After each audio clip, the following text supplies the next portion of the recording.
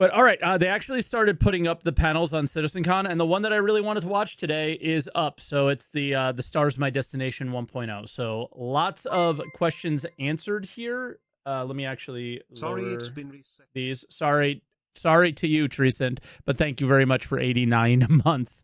I'll replay that later, but we're gonna watch the Stars Is My Destination, so I'll turn the alerts off. Yeah. So I'm excited for this because a lot of things get answered, but there's also lots of questions, right? We've been debating the insurance thing all day on stream, and I don't know. I'm still confused if it's a good idea or not, so we'll see. But here we go.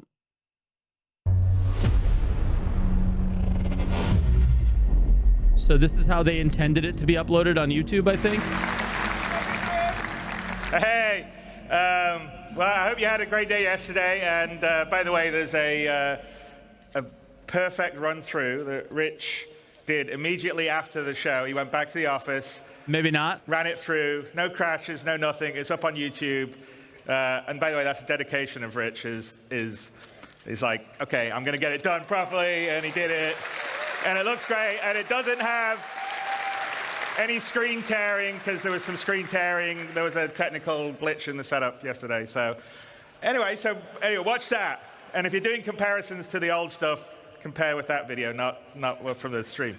But anyway, I hope you guys liked this morning. There was the base building, and the crafting, and the ships, you'll be able to do it. I mean, for me, the ability to sort of create your own place somewhere in the verse, find the perfect spot for you to make your home or harvest resources, it totally changes the dynamic of what the game will be in terms of exploration and people spreading out, and I think putting roots down in the verse. So I can't wait till we get that in there. I mean, that's one of the things that makes me incredibly excited, because I think it will just add so much to a living, breathing universe. Yeah, maybe. But will it be fun? That is a perfect example of Star Citizen, how it's grown over the last 12 years, because we definitely did not have that on the initial Kickstarter or the pitches that we were doing. And, you know, Star Citizen is a living game. I mean, we're constantly always adding content and features and tech.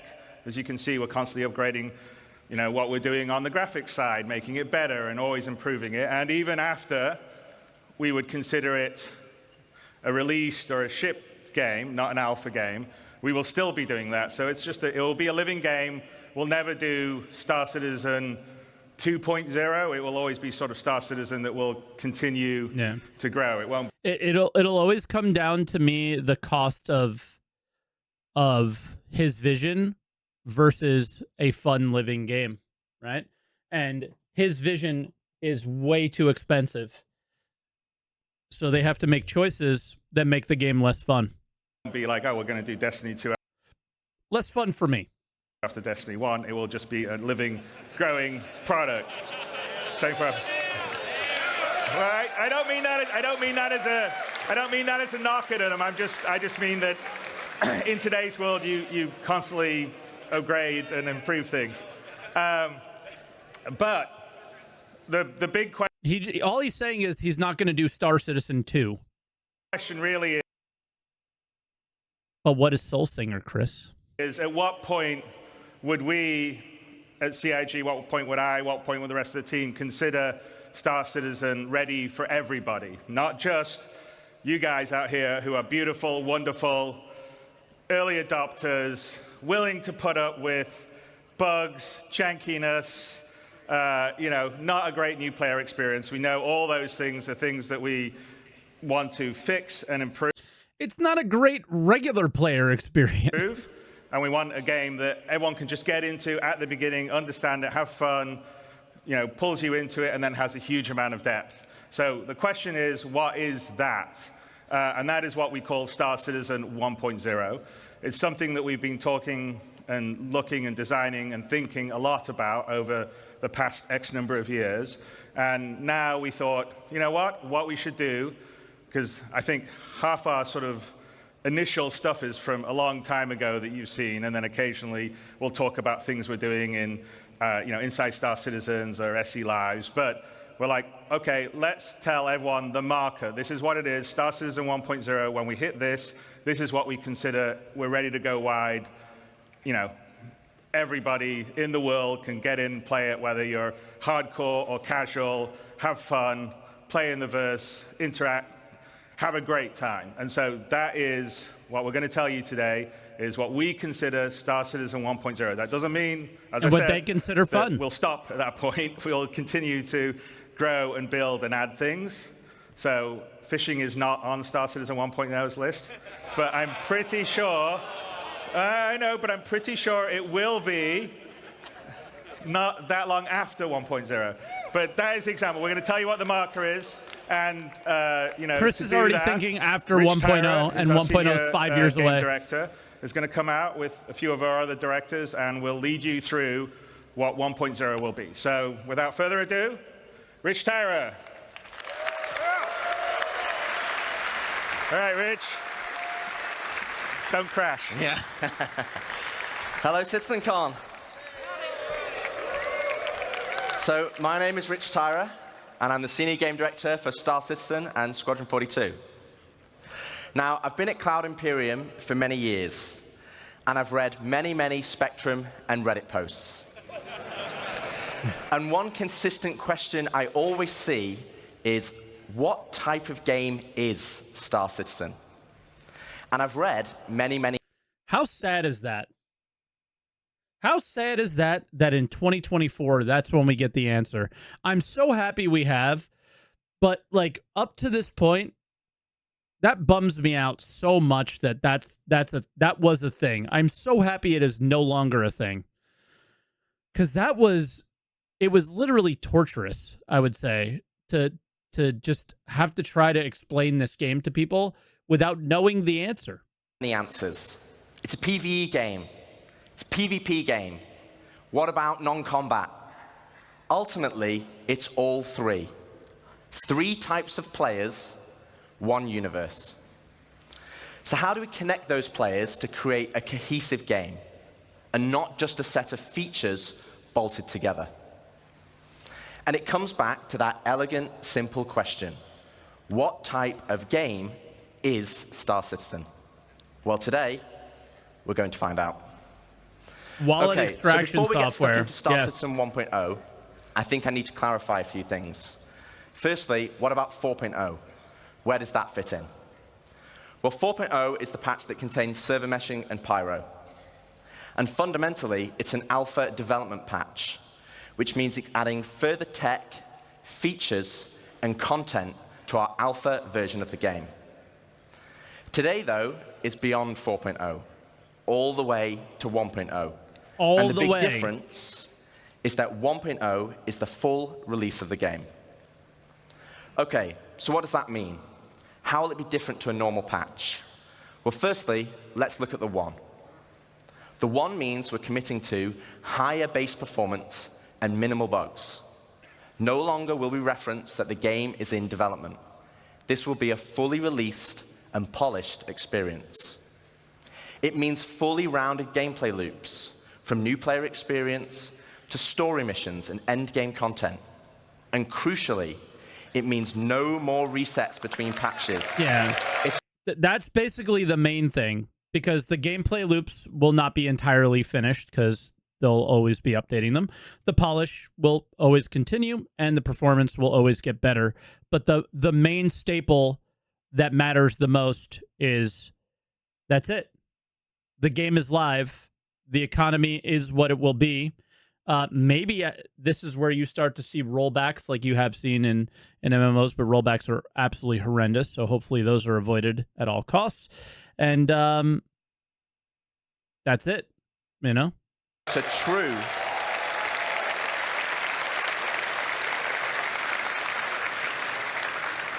It's a true persistent universe. So if that's the 1, what about the .0? Well, it's just as important. It means we're still committed to continued development, with new content and features being planned post 1.0. But those features will no longer be tier 0. We'll be committing to a higher benchmark Does that mean these are? I didn't catch that.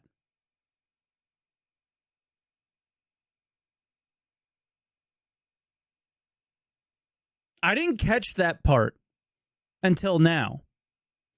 Does that mean on 1.0 they're still shipping tier 0 trash? I mean, I guess it's not tier 0 if it's a loop, right? Of quality. Basically, will we still be salvaging construction materials? I highly doubt it, right? In the way that we do. That's kind of my question here. I don't know. Interesting. That's an interesting way of communicating it. For each patch, and most importantly, it's a moment in time. Like Cyber Nomad says, no, it means you will never see tier 0 again after version 1.0. Okay, yeah, I guess you can read into it that way. They will never deliver another 1.0 or another tier 0 gameplay loop. So, for example, the example that Chris gave was fishing. That'll come in pretty darn polished and ready to go. Okay. If there is a content, feature, or star system that we've mentioned in the past that is not in 1.0, it just means it will come later. Okay. 1.0 is more than just a number change. It's the beginning of a What? He said no fishing. No, this is the after 1.0 is launched we're discussing. Pay attention. new phase of Pay attention. development of the game. Okay, so we know what the 1 is and the .0, but before we move on, I want to address one important point. And for this, we need to go all the way back to the beginning. All right, before we talk about Kickstarter, Ian says means we get all the basic systems in and we can focus on more later. Well, what do you mean by basic, Ian? Is tier 0 like that's we're tired of tier 0 as a community. Now, me personally, tier 0 is within a gameplay loop is probably still fun, but we don't know the difference between tier 0, tier 1, tier 2 anymore, I would say. So it's hard to say, like it's hard to understand as a backer what to expect from 1.0 for mining, salvage, bounty hunting, that kind of thing. So yeah, I don't think it. I'm not going to dwell on it too much. I don't think it makes much sense. Here we are, the Kickstarter. Hopefully it's fun. As a backer myself, it brings back memories. And it also reminds me we had a lot of stretch goals. And one of those goals was 100 star systems. Gotcha. He said he doesn't know.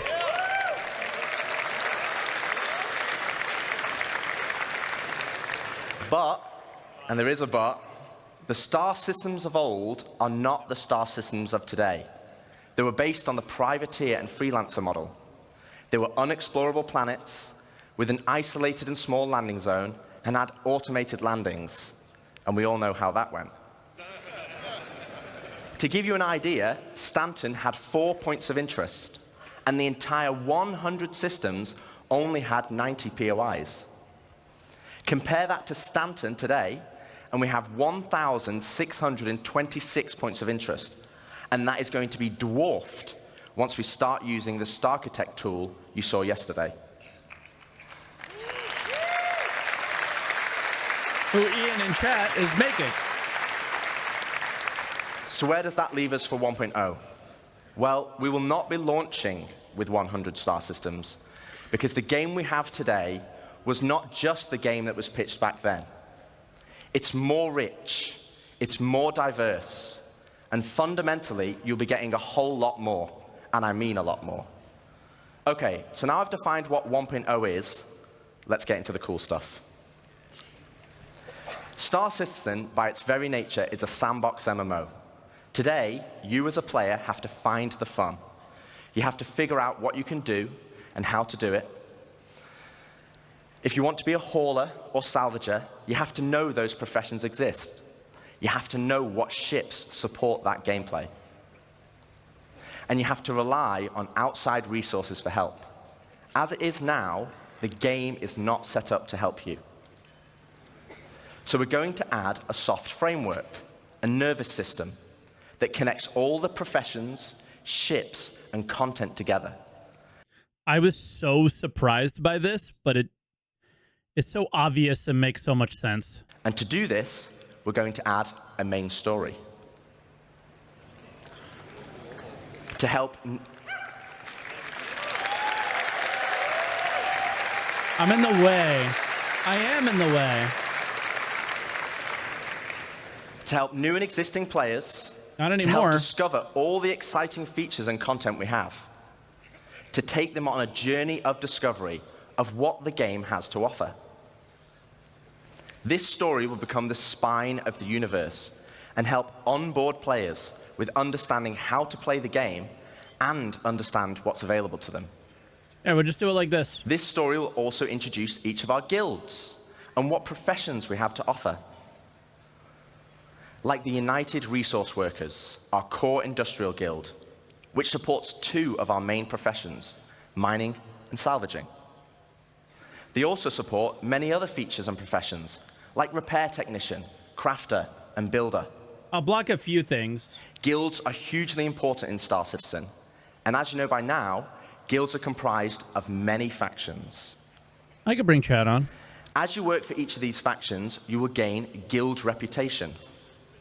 You can then use this reputation as a currency to purchase guild-affiliated rewards, like ships, blueprints, and items. And each guild will have a unique inventory of what they offer. Alongside economic growth, guild reputation will become a core progression of the game. And to talk more about guilds and our main story, I'd like to... Okay, wait, we actually get to pause here now. So there's all sorts of things here that are under this umbrella. But then when you tie this to, so the big thing is that you really want to tie this to what you heard throughout the rest of the show, right? So the United Resource Workers is the guild, but it's under the umbrella for refiners, crafters, builders, fuel gatherers, breakdown engineer, which is a towing service, I guess, repair technician, salvager, miner. For, let's use, I think an Elite Dangerous reference, the fuel rats. They're going to be breakdown engineers. If the fuel rats are going to exist in this game, what guild would they choose to align with? Well, probably the United Resource Workers, right? But is there a separate faction within the United Resource Workers that they would gain an advantage from? That's the part of the guild thing that I started to figure out that was a little bit weird, because you have to choose like the main guild, which is odd, but then because it was just guild, it never said, it's guild and something else. I just said the word, but now that it just disappeared from my brain. Faction. Yes, the word faction. So the faction would be whoever covers the breakdown engineers, like some towing company, right? You can individually gain rep with the towing company and get better rewards for being, along with them. So maybe a better tractor beam for ship tractor beams, right? For your SRV, something like that. So we'll see what happens, but that's something that keeps going across my mind of who am I going to align with my guild, right? Like my org, which guild, and how will that work? And yeah, just trying to take that into consideration with any decisions that you might make in the future is like, well, I want to do fuel gathering. I want to do refining. I want to do crafting. I want to do mining, and I want to do salvaging. So obviously I'm going to be with the United Resource Workers. But what bonus is that going to give me when all of these things are so different from each other, right? To introduce David Haddock onto the stage, our very own narrative director. And let me tell you something. I thought this would be trashed here, the narrative side. This was so enjoyable to listen to. Thank you, Rich. Hello, CitizenCon. How's it going? Awesome. So yes, 1.0. Dave's so friendly. When I went to the LA studio, Dave, I think, was in the UK, but everyone else on the writing team was so nice and funny. They were so funny. Cherry was a little like standoffish, I guess, but the two guys were so open and fun and joking with each other, making fun of Jared. We were all making fun of each other. It was a good time. They were really good. They were a good group. It's very exciting, and it's going to provide us probably our first real opportunity. It must be so fun to work together. A massive amount of narrative into the game, but we're looking to do that in several of ways. Nice, Jake. Now, Rich introduced the main story, so let's get into it. What exactly is that? First, it's a narrative experience. This will be a crafted story through the star systems and professions of the Star Citizen universe, taking players on an exciting adventure that will finally kick off the growing tension between Earth and Terra. Yeah. It will be NPC-driven. So while Squadron 42 will always be the place to go for AAA cinematic adventure, we're bringing a lot of the techniques that we learned from that to capture and build a cast of dynamic characters, some of which may be familiar, for both this story and the PU. And the main story is also designed to be sort of like a tour bus structure where you can hop on and hop off at any time you want to. So we're not also requiring you to do it. So if you want to log in day one and just go off and do your thing, you can do that. Or maybe you want to put the story on hold so you can go explore a new facet of gameplay that you just discovered. But my warranty token. The point is that you can complete it at your own pace. So that's the what. So why do you want to do this? What's the motivation to want to go on this ride? Like Rich said, for new players, it's a great way to ease into sort of the vast lore that we've been developing over 12 years. The gameplay, the locations that the game has to offer, and also give you a sense of upcoming stories that are about to come. But you've been playing Star Citizen for years. You probably know the lore better than me. So what's in it for you? Now, of course, we'll have rewards along the way as you complete missions and whatnot, but we're finally going to offer a big prize for completing the story. Citizenship. And this sounds like a very big prize, by the way.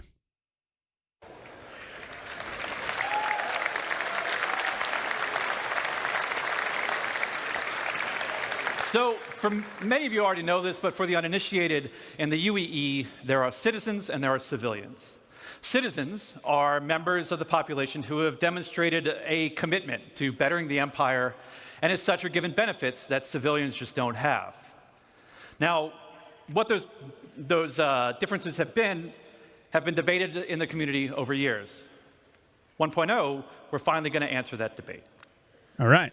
I won't get into the full list of benefits that we're going to offer, but can reveal that one of them will be around land ownership. Citizens will be able to purchase land anywhere in the UEE and enjoy the security that comes with it. But civilians will have a couple of restrictions as to which systems. You hear that? Systems and which planets they can buy on. So if you don't finish the main story quest, you cannot put a base where you want to put a base. Yeah, I'm sure there's other ones. But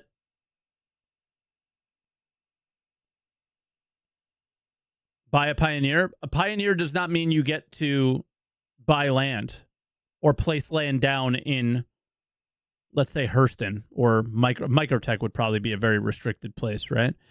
So now he didn't say that, like, Jake, you're saying all together.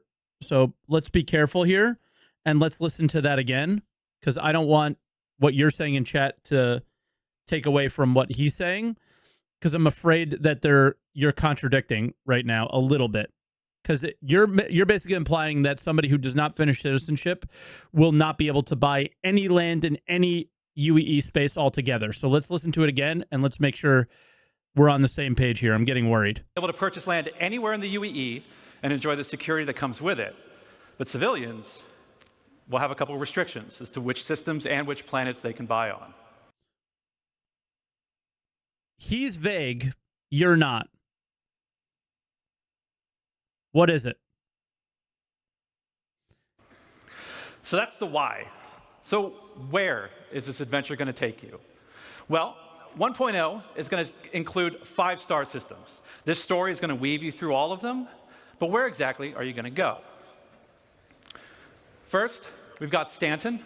We're probably going to be relegated to shitty old Hurston and its dead trees or whatever. But yeah. Which needs very little introduction.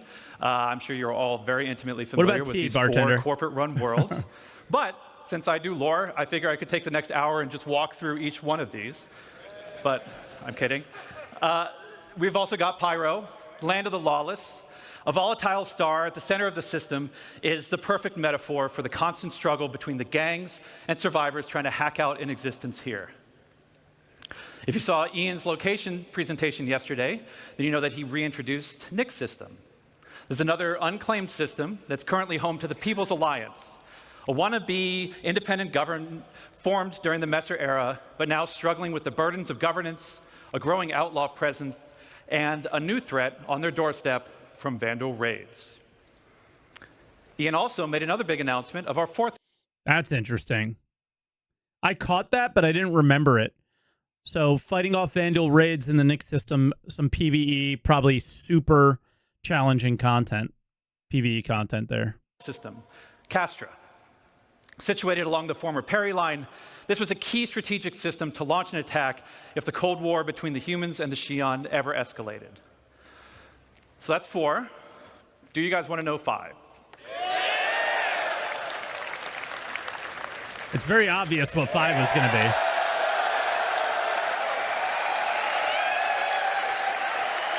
Yeah.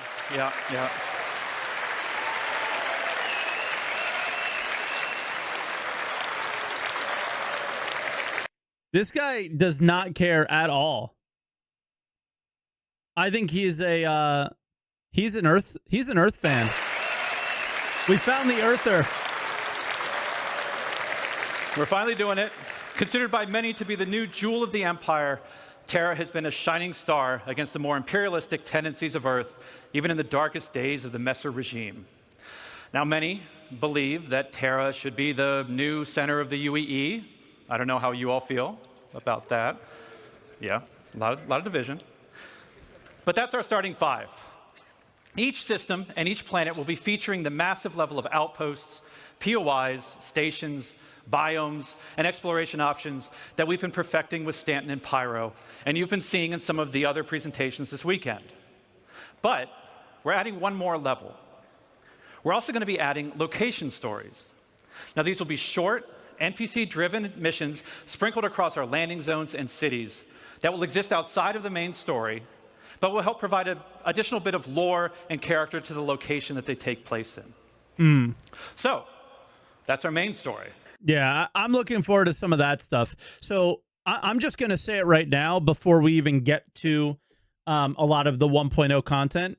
This game, the way they're explaining it, no matter what they said about streamer mode or anything like that on day one, this game's going to be impossible to stream as a competitive player at all. And competitive can be within the mining space, could be within the salvage space, could be within the crafting space, could be within the PvP space. If people know where you are, they're going to kill you and they're going to take your stuff, right? Very Eve-like. Eve is filled with a bunch of things being blocked, like Eve streamers. Well, honestly, Eve streams are very small, and the biggest Eve streams are not that successful or large because you can't show where you are or what you're doing, or you're going to get sniped no matter what. So for me, I feel like the content that I'm going to be doing on stream is a lot of this kind of stuff. PvE, instanced, story, doing raids with my friends, that kind of shit. And then the stuff that I'm going to be doing offline is the mining at my good mining spot, the crafting and moving stuff around the system and everything. And maybe I record that and post it on YouTube or something, right?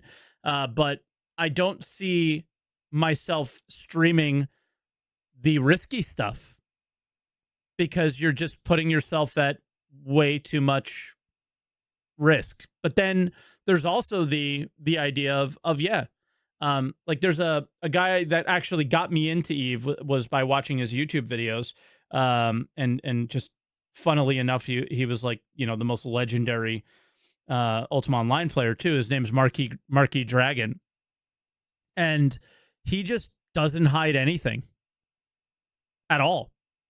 He just streams and just accepts the consequences, and he'll have people. Well, unfortunately he'll have alts, which I don't want to see in our game too much. But you're just gonna have to have people ahead of you scouting and being ahead of the curve. I will not play on a delay. I don't care what Albion streamers do, because I stream to talk to you. So just remember, you just added me in Twitch chat, and if there was a 30-second delay, it wouldn't have mattered. Remember when he got ganked in Udemo with his freighter? Yes, and it's because he didn't have a scout, right? He didn't know it was coming, and then he learned his lesson, and that kind of thing. So it's going to come down to how I will not be able to stream the game the way I want to, and that's good, because that means the game is good. And people want to gain advantages against each other because there's actually a meaningful advantage.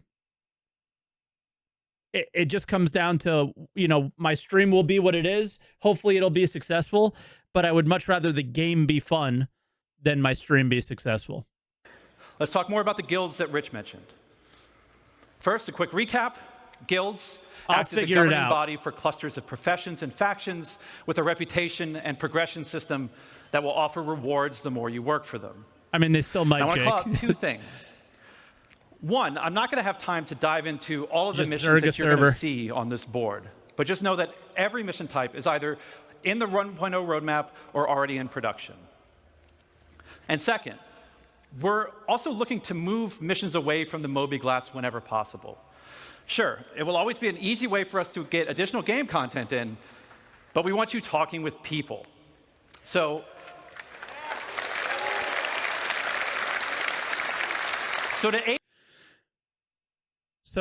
mission givers, which they have not worked towards at all publicly, at least, for many, many years. That we're going to be adding characters to represent the factions that you'll be working for. I'm excited that for will this. help sell their personality. Now, some, they'll still interact with you via the written word, but some will call and check in on your performance. And others, you may have to meet in person from time to time. So, let's walk through them. Here we have the first guild that Rich showed, the United Resource Workers.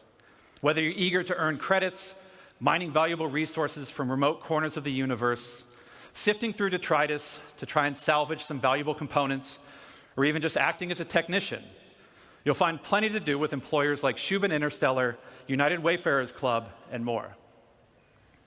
Next, you have one of the oldest unions in the UEE, the Interstellar Transport. So he's kind of implying the guild is the guild, and I'm sure it'll have characters. But these other things like Redwin, Ling, Tyrer, which is awesome. Tyrer has his own trading corp in the game. FTL, Kovalex, Guide Star Shuttles. They're all going to have their own characters that communicate and give you missions and stuff. This sounds like AI voice acting for sure. This will be the go-to place for everybody looking to make their fortune hauling and trading. Some of the factions that many of you already work for now, such as Ling Family Hauling, Redwind, and FTL. And we're going to be adding something special for the daredevils out there, the Imperial Sports Federation. This was so ridiculous, but racing side is fine. Just Cargo Olympics. What? So aside from the usual racetracks that are both legitimate and illegitimate, we're actually going to be leveraging some of our existing mechanics to build new sports and provide an outlet for all you Murray Cup enthusiasts, Cargo Olympians, and competitors to see just who's the best out there. For those who dream of exploring, I'm sure we have a couple here.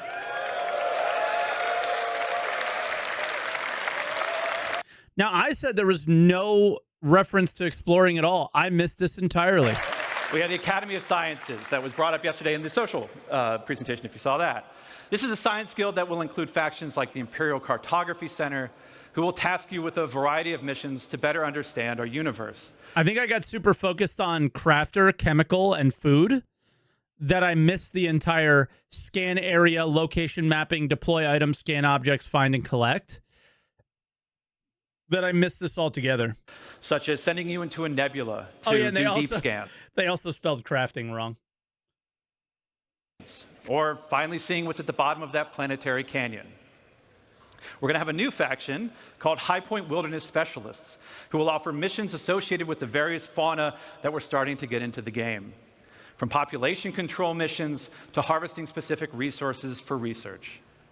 So this is basically the rich people go to the savannah in Africa and just kill giant lions and shit. Nice. Now, I don't know if we have some people who'd like to do combat, but our combat guilds were doing something a little different. Now, previous to this, these are all of our profession guilds. But for our combat guilds, they operate a little differently. See, these two are diametrically opposed to each other. So 6 guilds in total. Well, guilds are the overarching bubble that covers all those different little factions and companies. It's the companies that I think are the ones that actually are going to matter. Think raising your rep with security, Crusader security, doing bounty missions versus the Bounty Hunters Guild. You're usually focused on the Crusader security rep and not as much the bounty rep. You are focused on the bounty rep because that's how you get your higher level bounties, but you usually want to raise your rep with the actual company, right? So, yeah. Once you pledge allegiance to one, the other marks you as an enemy. On the lawful side, we have the Mercenary Guild. I like this They too. represent All right, so let's whoa, slow it down here. So the Mercenary Guild, look at all these companies, right? I mean, it's a lot of repeat stuff, but you have a lot of things happening here. Especially when you look at Citizens for Prosperity. That's a pyro one. So I'm very curious about certain guilds and how they can be used in pyro and stuff like that when you're aligning with your organization and stuff. Very curious about this kind of stuff. But yeah, look at how many companies there are that you could build rep with. Conveniently, I don't see the city, like the Crusader security anymore on these. Have you noticed that? So I think that they're condensing it a little bit, or Foxwell Enforcement is Crusader security. Intersect Defense Solutions is Hurston security. They might have actually given them proper names. Eckhart security, right? So they may have just proper names now, and we don't know what those names are associated with, is what it's looking like to me at the moment. Factions like Eckhart Security, the Bounty Hunters Guild, and even some military contractors. These are private security? So whether you're pulling together a team of specialists to go assault a ground base, hunting down an elusive criminal, or putting together a recon run to drum up some intel, Mercenary Guild's got you covered. On the flip side, we have the Council.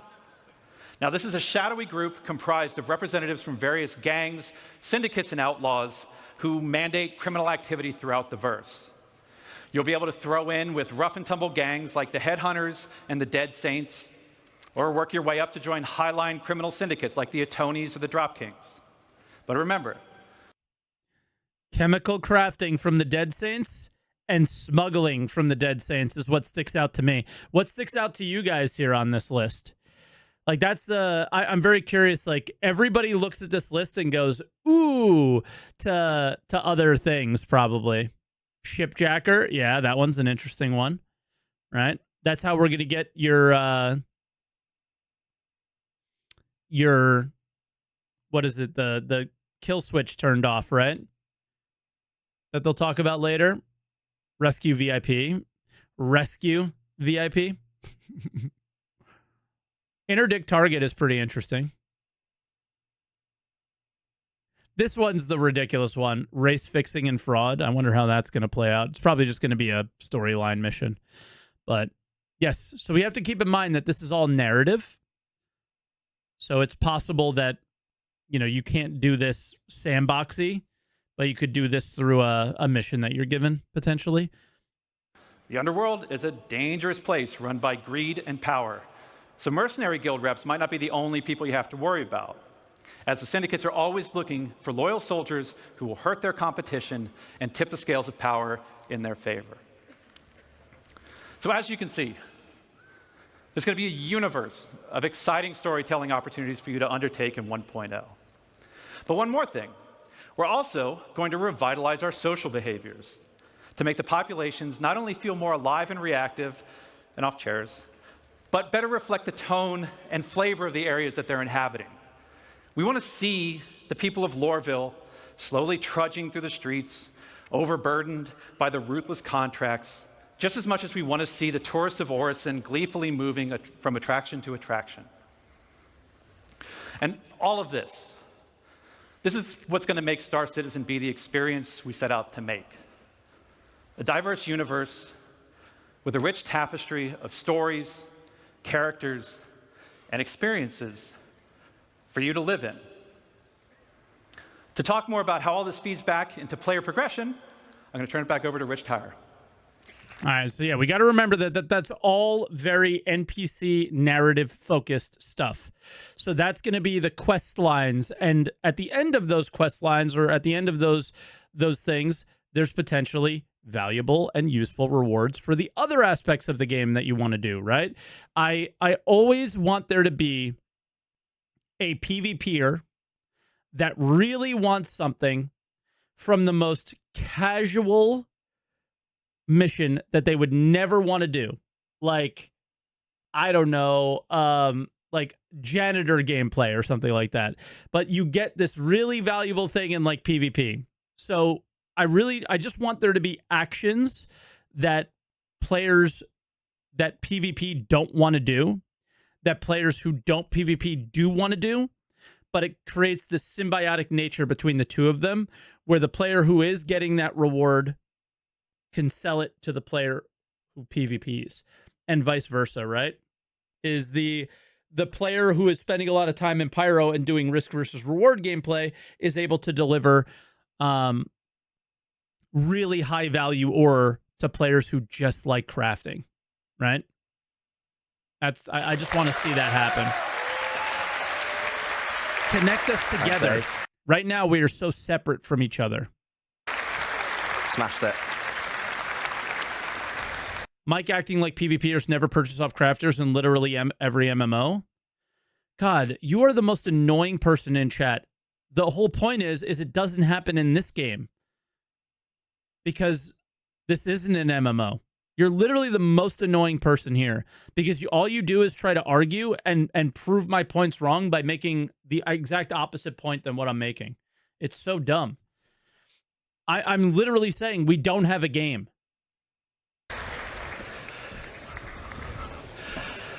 Thanks, Dave.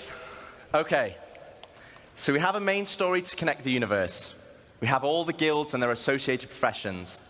And we have location stories to give the world depth and life. Crucially, though, we have a new core progression in the game, guild reputation. Yep. But what about our other core progression in the game? The economy. So, as we've discussed before, we'll be implementing a Star Sim-powered dynamic economy. I think it's quite telling that there was no economy panel and no discussion at all around this, or very little discussion. I mean, this is the only part where they talk about it. I thought that was quite concerning about how far away it is. We know they're trudging along trying to get shit done, but it's not coming fast enough, I tell you that much. They will automatically adjust the in-game prices based on player activity. No, Riley.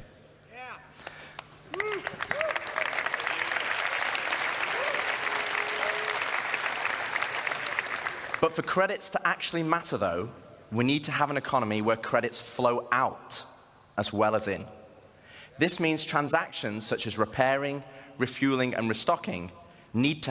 I just read somebody that said they replaced Quanta with an economy team.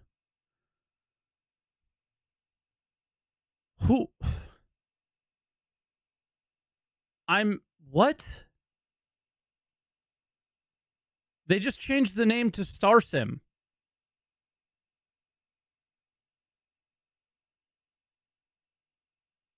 And so a human has to insert the baseline numbers into the sim, right? Like, what? To have value. If everything is too cheap and the money coming into the economy is too great, we'll have massive inflation. And this is where taxes and insurance come in. Boo!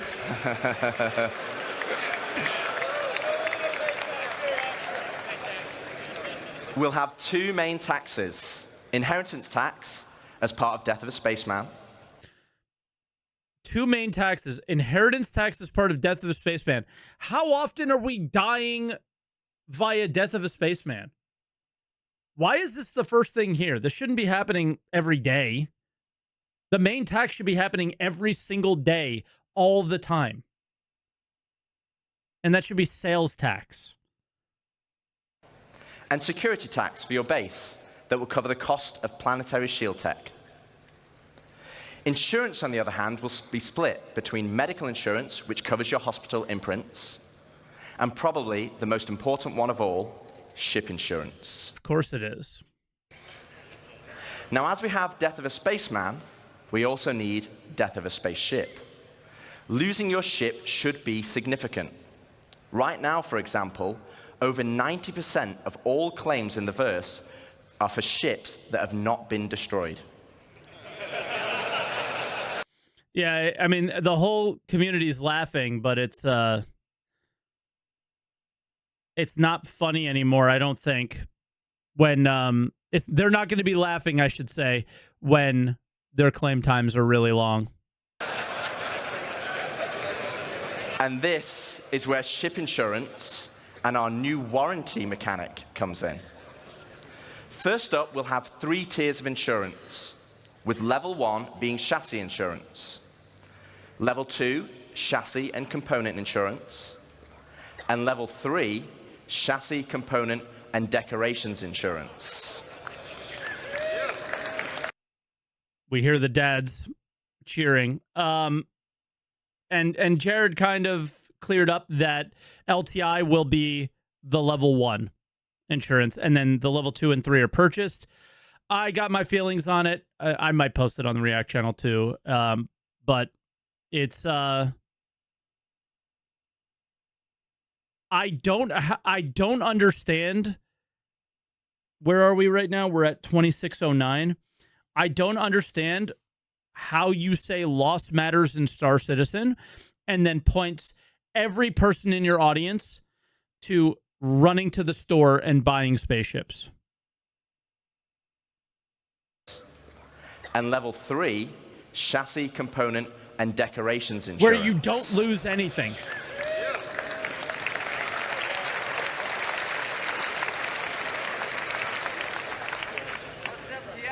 Now, insurance by itself will only pay out credits based on the wear and age of your ship. Insurance, I think you want to listen to this bit because it's important. Insurance with a warranty, though, will give you back a new ship, plus any other equipment or decorations based on the tier of insurance you had. Okay, so this is the bit you need to listen to. All ships bought on the pledge store will come with a permanent warranty and their appropriate insurance. Yes. All right, and then Jake comes in with the thing that matters the most, but that we have no actual details on, right? So this is the important thing. Yes, but one of the points, keep scrolling. One of the points Rich makes is that claim is expensive and or lengthy. Your best option is to corpse run your ship. Yes. So what a lot of people forget, and that, you know, everyone that's spamming on Spectrum and typing in on Twitter or Reddit or wherever, is they're forgetting the resource network stuff that we saw a couple weeks ago on ISC that kind of set this shit up where your ship's not going to blow up all the time. It's probably going to blow up very rarely. So your ship is going to be retrievable so long as sharding and all this other things don't cause any problems in the future. Hopefully not by 1.0, right? So your ship should be there, and it's a matter of you going to get that ship. So it really comes down to CIG dialing this in to basically say, no, go get your ship back. And it comes down to how much will they force that, because we all still know, and we very much know at this point, that there is a 0% chance they will stop selling ships post-launch. They just set themselves up to sell ships post-launch, which means there has to be a reason for players to buy ships post-launch, and this sounds like it's it. So he typed something else, but I still had to pause. He said, yes, can you steal warranty ships? The answer was yes to that, which means warranty ships get duped if you get the turn the kill switch off, right? So that's everyone's concern that we discussed with earlier, is you talk about how great crafting is and all these other things, but if people are claiming their ship and duping them, that means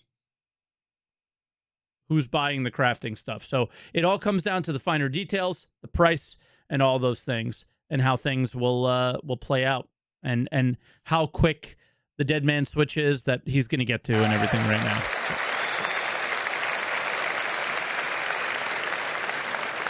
This means you will always get your ships back if they're attributed to your account. Other ships, on the other hand, will require a transferable warranty, and these are rare. You'll be able to earn... I feel like if your ship is not marked as destroyed and you make a claim, not only should it be expensive and lengthy in time, but the next time you do it, it should be more expensive and lengthy in time, and then more expensive. And then at some point, the insurance company is like, nah, bro, like, we're not doing this anymore. Earn transferable warranties in-game, such as by completing the main story, as an example. Go get your ship.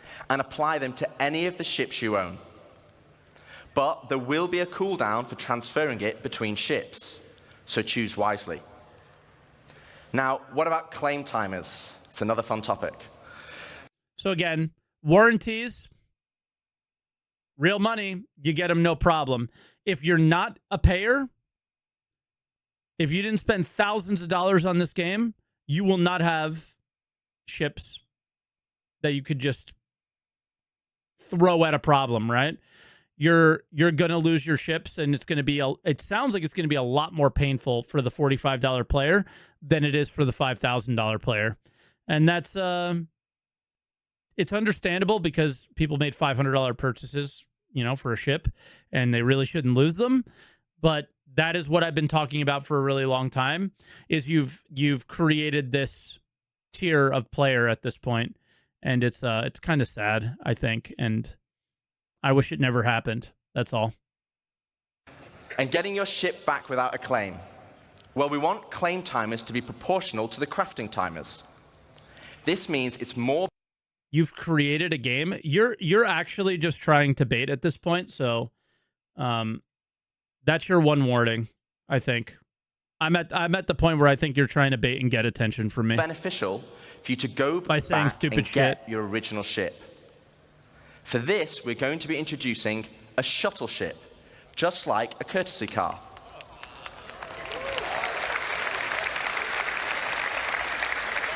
And that's the idea behind the shuttle ship, is to make it as easy as possible to go and get your ship back. If your ship is not completely and utterly destroyed, go get your ship back.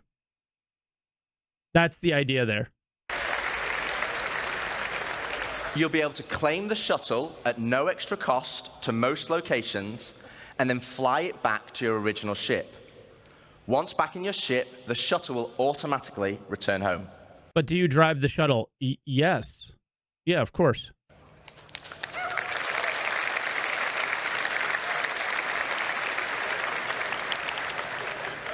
If your ship has been... Interesting, he says most locations. Let's listen to that again then. Your original ship. For this, we're going to be introducing a shuttle ship, just like a courtesy car.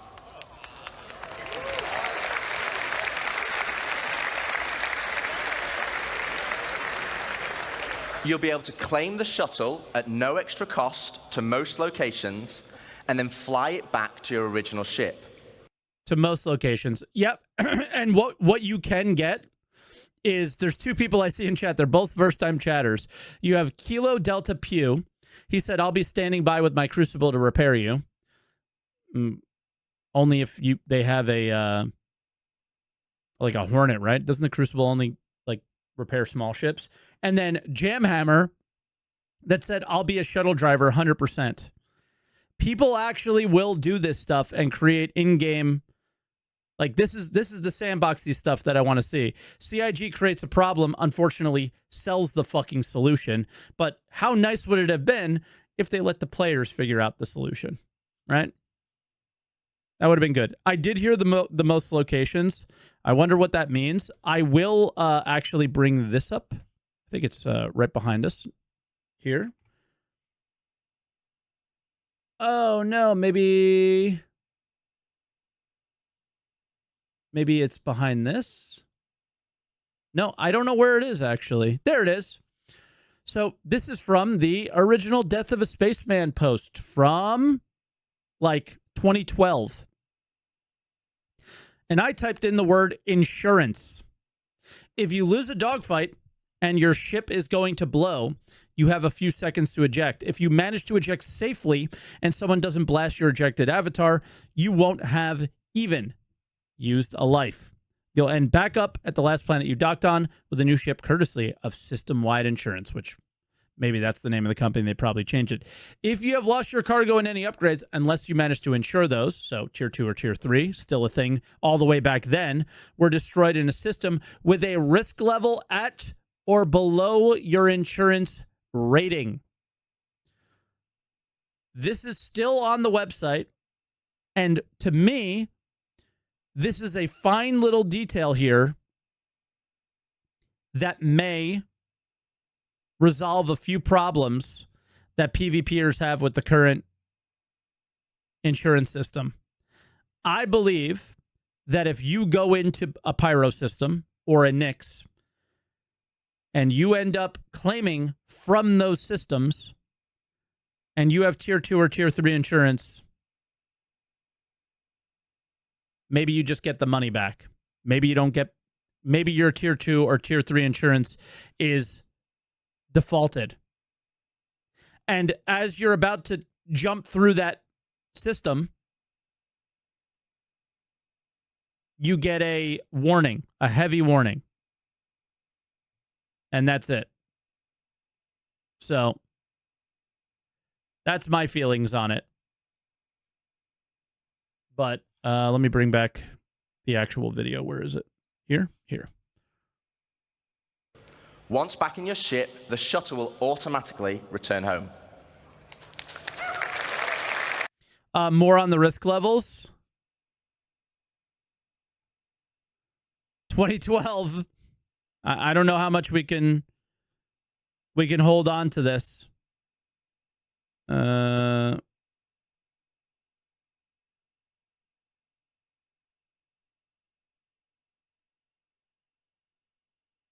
don't know.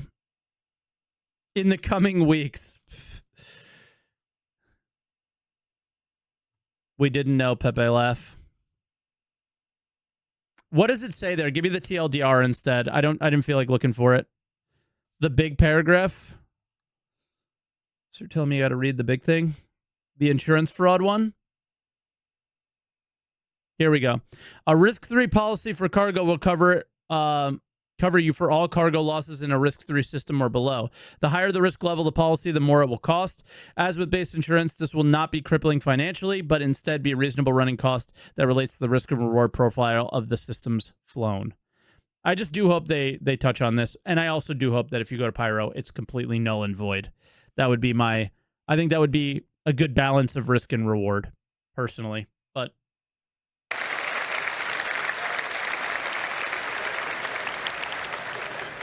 if your ship has been legitimately lost, though, then you'll need to claim it back. And as we'll be increasing claim timers, this will mean some ships will take longer than others. Risk level over 5 is uninsurable. Is that what it said? I missed that part. Okay, cool. With starter or small ships always being readily available, and larger capital-sized ships taking a long time. So it's always better to try and get your ship back if possible. Yeah, always better to try and get your ship back if possible is really going to be where they balance the system properly. And we're going to see it go through iterations and be bad and then be too good and then be all over the place. And then maybe they'll find a nice middle ground at some point that everyone can accept. Okay, so we've talked about our 2 core progressions, but what does that mean to you as a player? Well, firstly, it means we have a framework where we can start creating cyclical gameplay loops. But what are they? Let me show you. Okay, so right now in live, if you have a prospector, you probably enjoy mining. And the reward for mining is credits and the enjoyment of the activity. But in 1.0, you might be mining for a whole different reason. And this is where cyclical gameplay loops come in. Firstly, let's add all the manufacturers and ships in. I'll just give you a moment to take that in, because there's a lot. Oh, and they're just adding to them, by the way. Take the variants out, because it didn't fit on this slide. And let's zoom all the way into the prospector, a stalwart of the mining community. But let's say I really fancy acquiring a military Mark II Hornet. Let's go on a simplified journey of how I could get one. Firstly, I know I won't be able to buy it.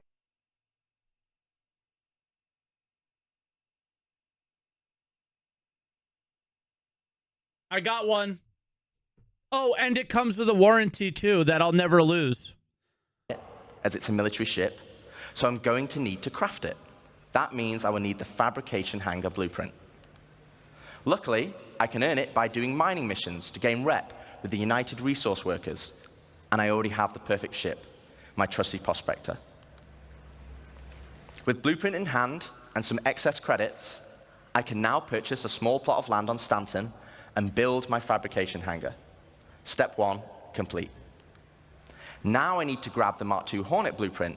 For this, I need mercenary rep, and more importantly, a combat ship. With that in mind, I will do a few more mining contracts to earn enough credits to purchase a Mustang from the dealership. Now I can start doing combat pilot missions for the mercenary guild, so I can unlock the Mark II Hornet blueprint. Okay, step 2 of our simplified loop is complete. I have the Mark II blueprint, but I need the resources to craft it. So I come full circle back to my prospector, but this time I'm mining for resources instead. As you can see, this closes the loop. No longer am I mining just because I like it, and there's nothing wrong with that. But now I am mining for a purpose, and for multiple reasons. And rep is involved with it? For reputation, for resources, for blueprints, and ultimately as a stepping stone to crafting my own ships to enjoy other professions. And this is just one of many loops. This is the core of Star Citizen 1.0.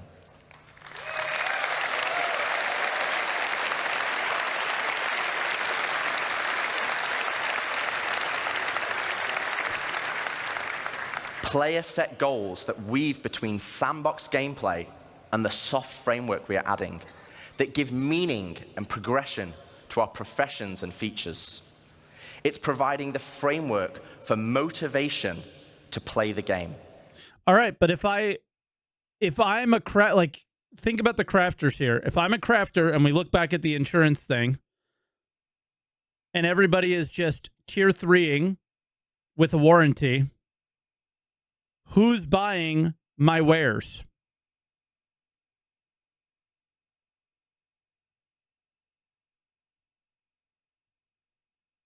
That's the concern there.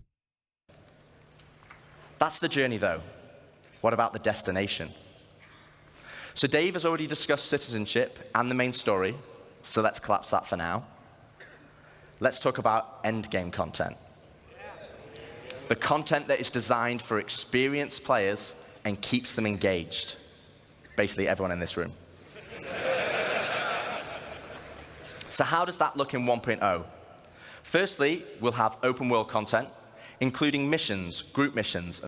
NPCs and players can use player shops. We say as much in the base building panel.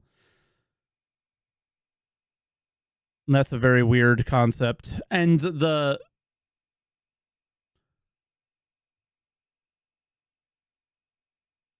I don't know. I got a lot to say on this. It's a very weird decision on the insurance side with components when you decide to make a crafting system the way you do. Essentially, I have a extremely unique weapon because of the fact that material quality is a thing, and insurance will give that exact item back, but that exact item back is nearly impossible to craft again without the exact same situation. It's very weird. The thing that I called out before this panel ever happened was if somebody makes a claim, it should put out a job to the world to be filled by the players. And then if it is not filled by the players, it would eventually be filled by an NPC. But yeah, I don't know. I don't know. I'm very on the fence as a crafter with this thing, and it seems like a system with an incredible amount of holes in it still. And you could sit and you can write on paper all day, but we're the ones who play, and we're the ones who know, and MMO players will find every advantage they possibly can. And I think that they are giving the store players a significant advantage here, and they are taking the fun away from potentially the economy players. We'll see how it plays out, but that's how it feels on the initial look at it. And server-wide events, like we have today, but tailored to endgame players. While the sandbox element of Star Citizen will allow for large-scale battles, we also want to provide challenging instanced content that will take full advantage of not only multi-crew ships, but fleets of ships. And you kind of know how we do that, right? You saw that yesterday. And as you progress through the guilds, you'll be able to accept high-level contracts from government agencies who will offer prototype and military blueprints as rewards. These missions will require the full coordination of multiple players and an assorted fleet of capital, support, and fighter ships. I like the idea of this because then those rewards are earned by PvE players, but are desirable by more than just PvE players, right? But again, these rewards should not be able to be duped by insurance. You will finally be able to become the admiral of the fleet, directing your armada from your hologlobe, which, yes, is a feature included in 1.0.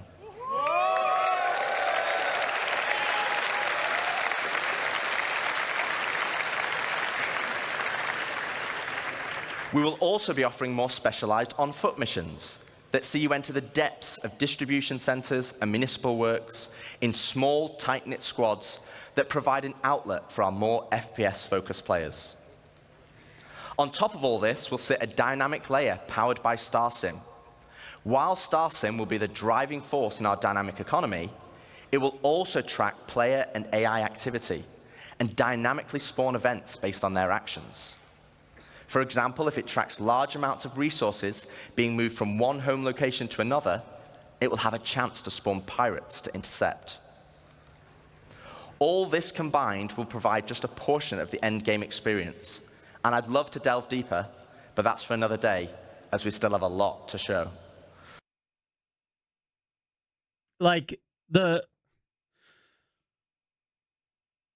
If they just do a couple of little things, like military grade items are just not returned through insurance with a warranty, like a tier 2 insurance with a warranty on it.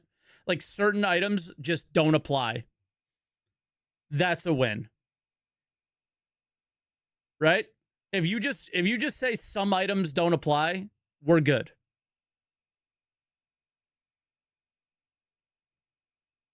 On a lot of levels. Like, nope, these don't apply. Like, raid items should just not be replaceable. Like, high-level crafted items should just not be replaceable. It's as simple as that. But low-level ones, the undesirable, the things that people aren't working hard towards, then maybe. So there's little tweaks that can be made to make the payers happy and the players happy. But I'm so tired of the store being, everything drives you to the store. The whole game exists to drive you to the fucking store. So we've discussed non-combat professions and guilds. Cyclical gameplay. Why is every time I think about this game, I have to think about how the store is going to ruin it? That's such a problem. That's such a problem, man. And that man that's standing on stage right now, well, Chris Roberts was standing on stage last year, was typing in my chat telling me how much he hates pay to win. And I trust him and I believe in him, but I don't see it yet. I don't see it at all, as a matter of fact. I just saw spaceships being purchased on the website get 10 times more valuable than I thought they would be. Loops and endgame PvE content. But what about PvP?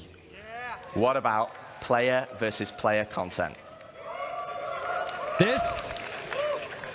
This from a game design perspective, though, I really like. As you know, 1.0 will contain 5-star systems.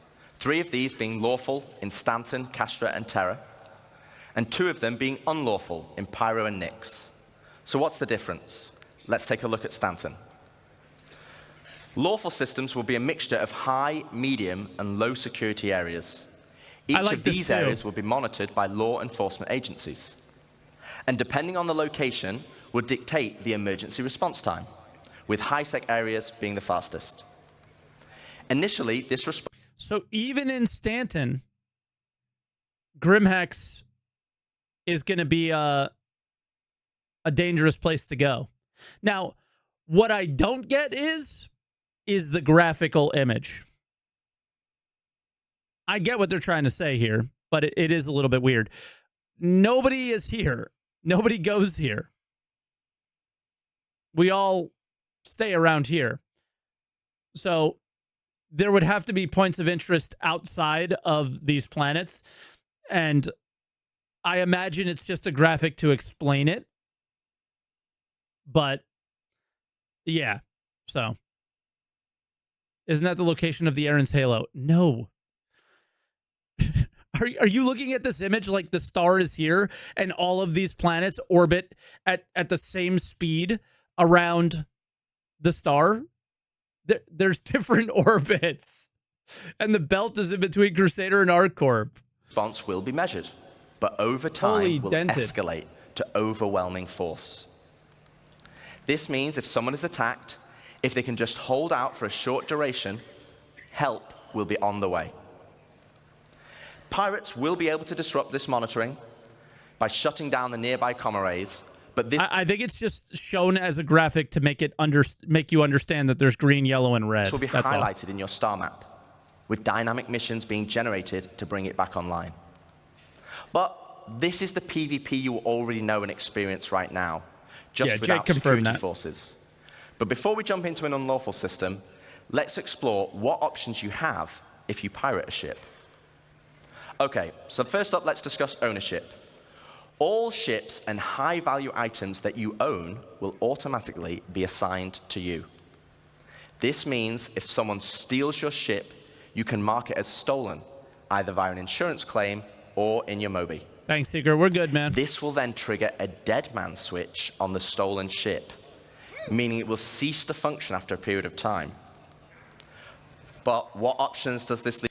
Which is forcing the player who lost it to claim it instead of trying to get it back, and basically makes warranty even more valuable, which makes you want to go to the store and get your warranty on that ship. Ugh. leave as a pirate? Well, you can still salvage it. It always goes back to the store. I don't know if I have a mental block there, but it literally always goes back to the store. You can tow it back to your fabrication hangar to dismantle it for resources. Or if you have a high enough rep with the council, our criminal guild, you can get the dead man's... No, you have the choice to claim it or try, but there's a dead man switch that is timed. I can go back and get my unstolen ship forever, but why even bother trying? Switch disabled and pay for a new title deed to become its new owner. Like, again, this is a really cool gameplay loop if the store didn't exist. It's still a really cool gameplay loop, but it always goes back to the store being the valuable thing because of this gameplay loop they created. And I'm always like, oh, it's almost perfect.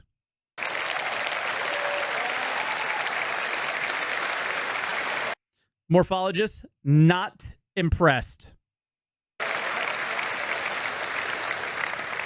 Also, if you're in a lawful system, you'll need to find a transient jump tunnel, as all major locations and POIs will have custom security that will scan you on arrival. Okay, so with that out of the way, let's look at the unlawful system in Pyro. Unlawful systems have no laws at all, and with that comes opportunity. Pyro, as an example, has an abundance of high-quality resources and is a hotbed of criminal activity, the literal definition of high risk, high reward. Unless you have a warranty. With crafting now requiring resources, you're going to want to create bases to mine and extract them. This is where base raiding will become a new form of PvP. And that's where I really want to see, well, these risks of systems, right?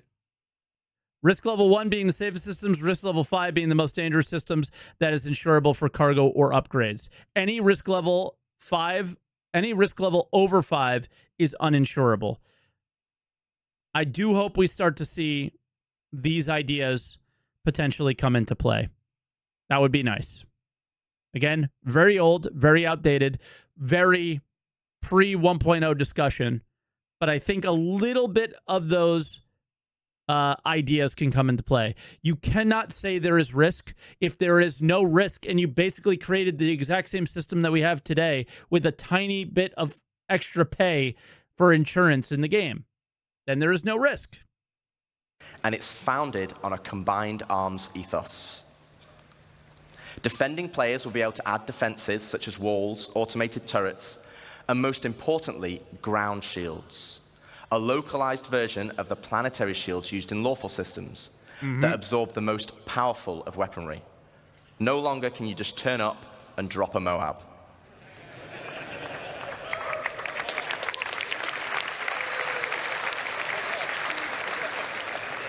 One huge difference, though, compared to planetary shields,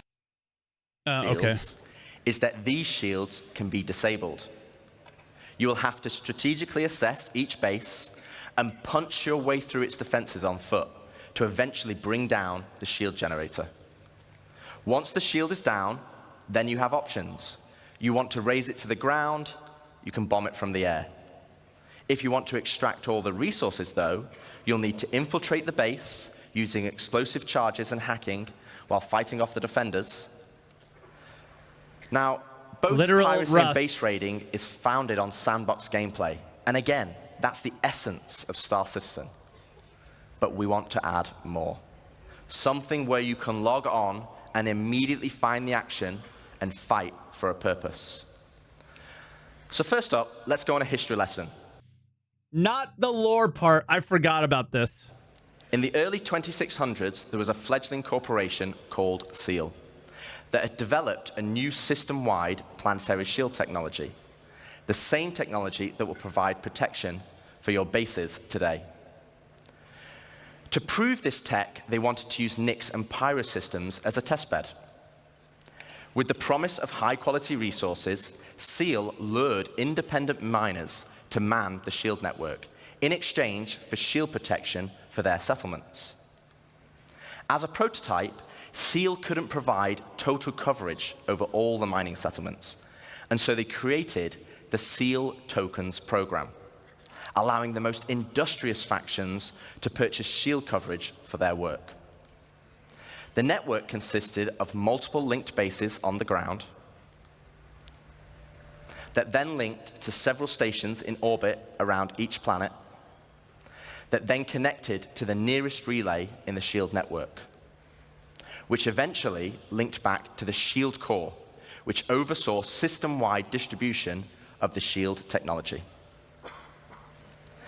Factions could then earn Seal tokens for working on. I'm surprised the shield core isn't like being powered near the sun or something like that. Any part of the network. They could then use these tokens to buy shield coverage. But with the competition amongst factions being so intense, Seal was only able to offer shielding to the hardest workers. Unfortunately, due to outlaw interference, Seal eventually pulled out of Pyro and Nyx and pushed for a more automated solution in more civilized systems. So fast forward to present day, without Seal's backing, they had to pull out and leave it as it is. And welcome to station warfare. Don't clap. Not yet. Oh, Morph likes it. Morph likes station warfare. Okay. With the Seal network still in place, but lacking resources. Just keep in mind, the entire show, I look to see Morph's reaction to everything. Orgs can take ownership of these structures to gain access to planetary shield tech. Let's go! Which, as you know, whoa, he really likes that. Orgs can take ownership of these structures to gain access to planetary shield tech. Let's go! Which, as you know, would make their bases invulnerable. Unfortunately, there's a catch. There isn't enough to go around. And as in the good old it makes your base invulnerable. Seal days, the system still works via the Seal token program. To earn tokens, you'll have to assault a location and then deposit resources to power the network. This begins with ground bases and ends at the shield core. Each structure occupied will then accrue Seal tokens over time, with larger structures earning more. And at the end of each week, you must then use these tokens to purchase shield protection. With shield coverage being limited, though, the system automatically selects the orgs with the highest bid from across all shards. Meaning for that week only, a certain number of orgs will gain access to shield protection. And there might be none on your shard. That's also implying that 1.0 will not come with a single shard, which everybody fucking knew, right? How they are going to shard us, who knows? Will it be US East 100 and then have 20, 30 of those shards? Will it be US East just by itself? Will it be just NA? And a whole server? I mean, how big will a single shard be is what I'm questioning. So we have no idea. So did I understand that correctly? Because that's across all shards. And how will we switch shards? Will our stuff carry over? There's a lot of questions now in regards to that stuff on a 1.0 launch that will definitely be told to us much later than now, I would assume. So, yeah. So this is a chance for your org. Benoit gave us more information on that. All bases will be replicated across all shards. I swear, yeah, they talked about that a long time ago. Interdasting. So then, how do you defend a base that's getting attacked on one shard that you're not on? To become it would always be invulnerable then. Right? I think they mentioned that as well. Did he mention that in the post? If you can link that post, because I would rather see Benoit's words than yours.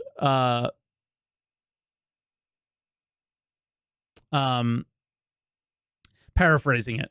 No offense, but you want to hold them to their words. I don't want to hear the paraphrasing and then paraphrase, and then we play telephone and we all have bad information, right? So, yeah, I'll just wait for that post if somebody has it, because that sounds very important information to know. Question 3. What in-game technology are you looking most forward to apart from the dynamic server technology? Oh, base building, big time. Everything's done on the background of base building, everything that's related to manufacturing. There's a lot of new databases, new services, new schema transfer, and so on, because we want to make sure that if you claim territory and build a base on it, it's available on all the shards. That's a pretty major challenge, but it's really interesting. It's going to change the game a lot, along with crafting. It's going to bring a universe where it's the players who make the game, who make the economy, and I really, so he doesn't, there's no answers there at all. The de facto leader of a system. Okay. It means you'll be able to log on and immediately find the action and fight for your org. And finally, it's not just sandbox PvP or ganking. You are fighting for a purpose. So once you've won your bid, what then? Well, to talk more about that, I'd like to welcome Ian Leyland, Star Citizen's creative director, to the stage. Prophet, those are orgs.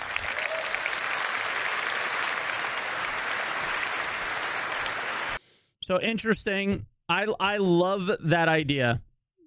I love that idea. They answered this. Is it in French or is it in English? Bacon.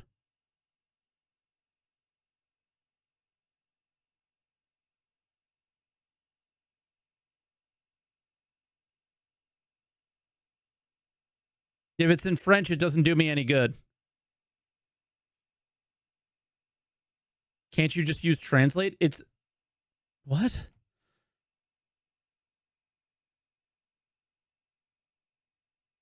So what did it say?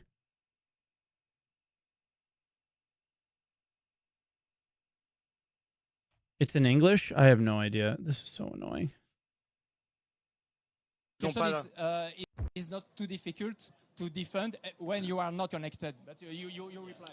We will, of course, make it so that it's in English. You will have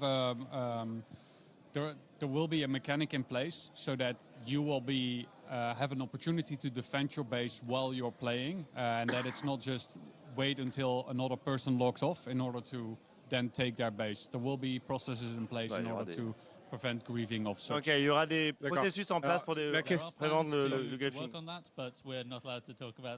Ils sont en train de bosser dessus. Ok, d'accord, très bien. Alors la question suivante, Franck. Okay. It's linked like 5 lines above. Just scroll up, because I don't have the timestamp link anymore, I don't think, unless this works. Yeah, this might work. So let me link that. It doesn't, he didn't really say much, but he said enough, I think. Good luck. Thank you. All right, hello, CitizenCon. Thank you, Rich. Thank you, Dave. We have a plan and we can't talk about it. To continue the conversation of large-scale endgame org activities, let's go back to Pyro 3, where the ground bases were being built earlier today. No offline rating, it seems. Yeah, but what if you're in an org that's around all the time and there's just less people on that? This morning we saw the... They might do like timelines where your base is vulnerable or something. I don't know how I feel about that, but that's MMO kind of stuff. Hard to say.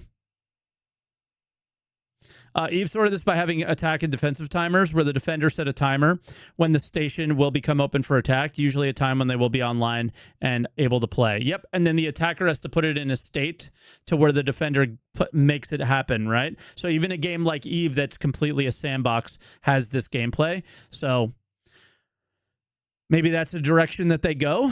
But yeah, I guess. Small habitat being built by Luke. And then we saw Deck start to expand the base into a... Very unimmersive. You gotta let your immersion addiction go if you want a video game. You gotta let your immersion addiction go in some cases And that's how I feel. I was like, it's not as fun, but it's I think it's the best solution for everybody in that case, right? Is a person spends a lot of time and investment to make a base, they at least give them the opportunity to defend it. Commercial enterprise. I don't want a game, I want a sim. You're in the wrong fucking place now, brother. That was 2015. But eventually, we saw a massive example of an org base. But with everything Rich was talking about, with org system-wide activities, we want to give you guys the ultimate end goal. This is so stupid. But also the thing we need to protect. And to do that, let's look up into the sky and see what it is. This just went so far over the top that I just don't believe it's real or could be done or will be done in any reasonable time frame. It was too much. It was made to make a shocking video.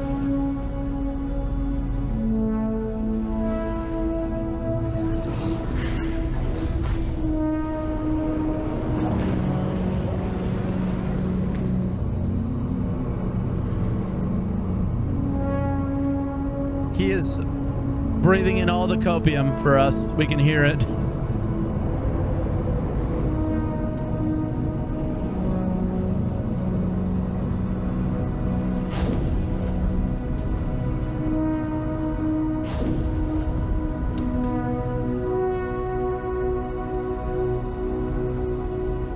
Like, I was absolutely coping the moment I saw this, because this is where it should have stopped.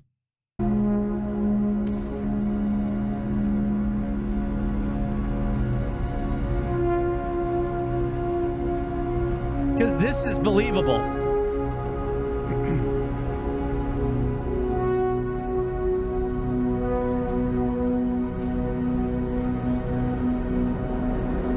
SaltEMike, it says gray box, so they worked on it for some time already and are quite far along, it seems. Oh.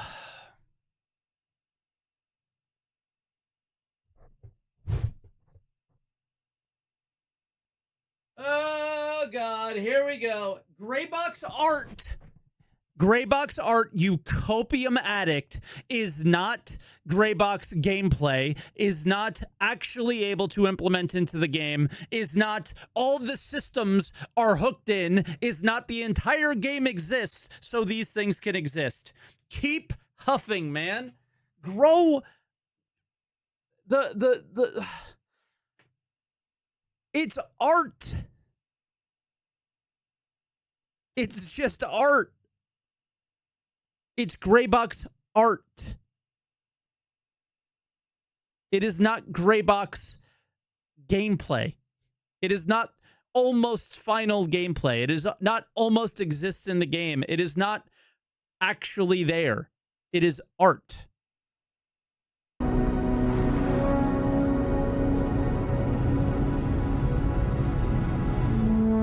You can't even open a hangar on the live servers right now. Come on, man.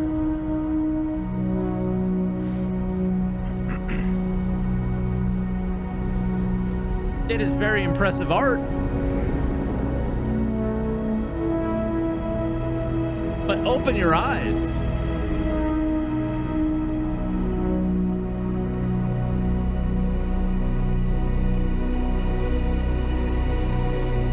I see how people get misled by them.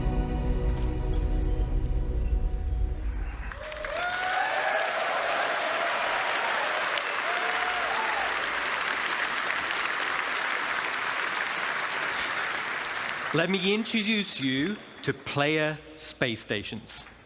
Finally, you can build. I'm a 3D artist myself, and I know it's some time until we see it, but it is nothing impossible we could see at 1.0. That is everything I wanted to say with that. Okay, so you draw the art, but is it possible for it to make it in game the way we see it at the end? I'm not buying that.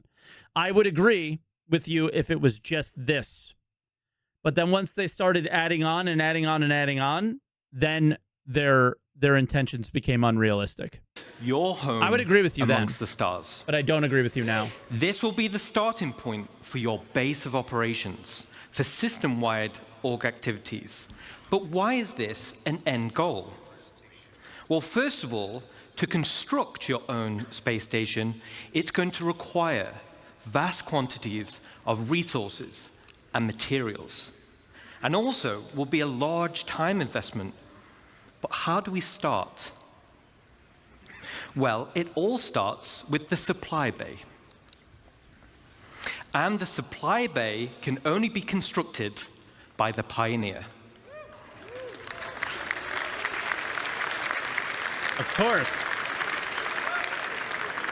The Pioneer price is going up 100%, by the way. Once it's created, the supply bay then handles the creation of the station itself.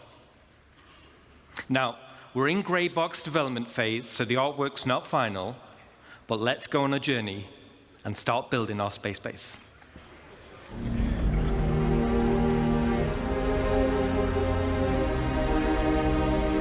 So the art's not final. Did we just catch that?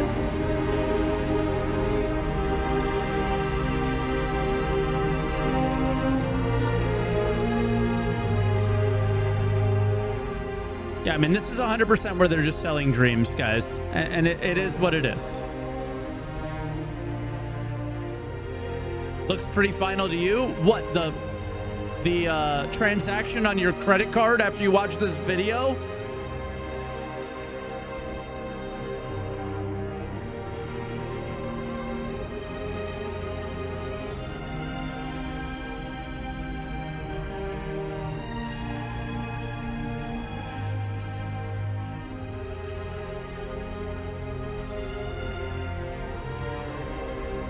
This is not an engine? Yeah, it is. This is not in one of our servers, though. I would say it's definitely an engine, though.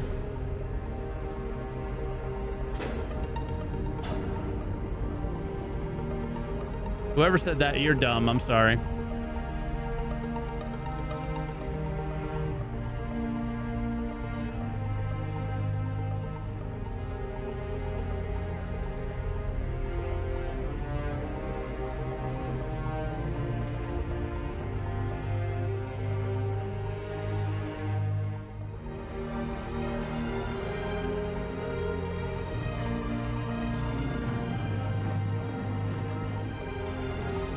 Why is it better than a ground base?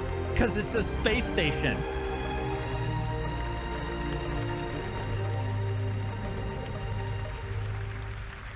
Duh.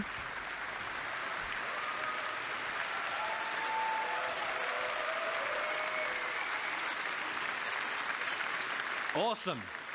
Awesome. So as you saw, the cargo grid of the supply bay consumes resources.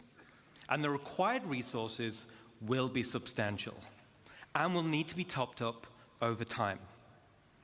So this means orgs will be encouraged to have efficient logistic networks to feed the supply bay. And as Rich outlined with professions, it's ideal if your org is well-rounded in terms of roles. Even the starter player can contribute. The supply bay has automated construction zones, which are used to create the station. And unlike ground bases, many drones are used at once to create the base. Once the station is built, the supply bay then integrates into the station itself. Mike, I think, brother, it's time to pack it up because you're going to be 10 years older and still waiting for this game to get good. I feel like you're just trying to get me to pack it up so you don't have to listen to me. You can pack it up if you want, but I'm really excited to watch this game try to achieve some of these goals. And I just don't think this is one of them that we'll see, or we will see in the way that they're showing it. This will get dumbed down for sure. So here we are. We've built our core station module, and it's big. Not And 10 more out of years, the like box, 2. You want to make the a bet? station comes readily built with some core functionality. Let me talk you through it. Yeah. Right on the top is the bridge, which is the command deck. I don't. It's 2 years away. How do you remember a 2-year bet? We'll have to figure something out. That'll be funny. But we're not doing monetary bets. That's for sure. Just something stupid and fun. This is where all further construction is going to be managed. From here, we can then monitor the status of the entire station. We have access to power and water management. Power and cooling is something you'll need to consider carefully. It also is an area to set permissions for who can enter particular areas, either divided by the ranks of the org itself or open to the public. And there'll be a radar station to track the activity outside the base. And the terminals to access logs of who has visited the station and see what they did. So let's jump back in game and take a stroll through our bridge.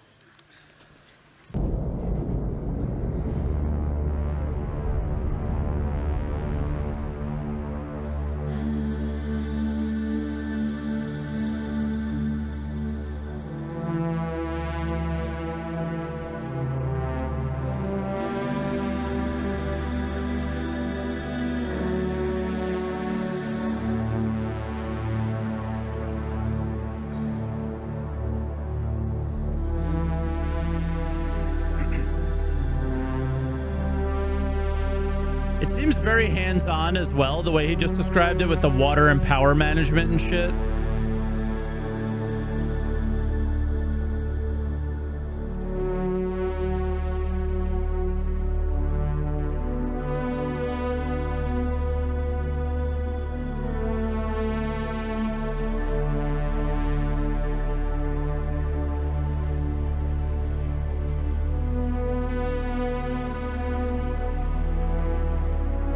I straight up hope it's just, it like consumes things and you're constantly having to fill the station with consumables to make sure it runs. And that's really it.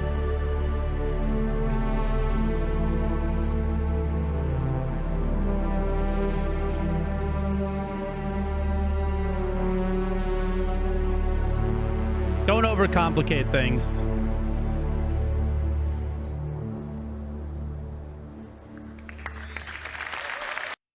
Morph unimpressed, probably sleeping.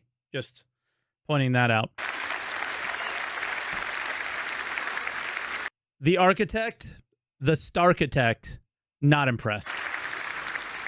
Super awesome. The back of the bridge leads to a centralized transit network. This spine physically connects the entire station and will provide access to the various decks.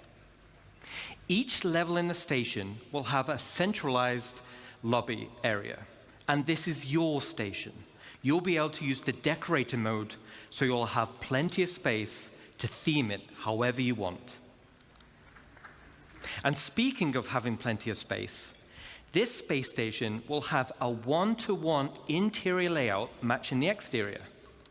No magic elevators.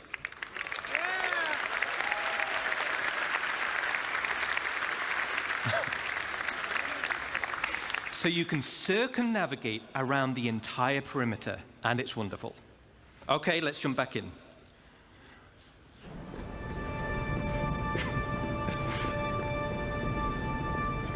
I don't know. Again, all this sounds very cool, but they're showing it. They're showing it from like a framework, like in the most. They're just showing it in like the weirdest, most complicated way, and not really telling you at the moment of like, hey, why do I want this? What advantages do I gain from this? Like basically every other panel that they talked about was like why doing this will be good or give you an advantage or make higher tier things and progression and all this stuff. And most of this was like, it's just rule of cool. And that's it, because I don't think they know. And I don't think that they had any real plan here outside of doing something big, you know, rule of cool kind of stuff. The Bengal thing was there. Yeah. It's for players that literally have nothing better to do. I hope not.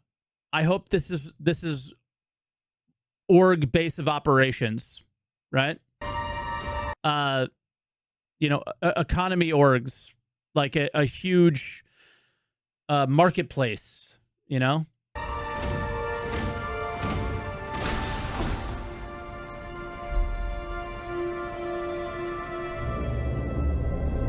Did I cover the react to the prologue? Not yet.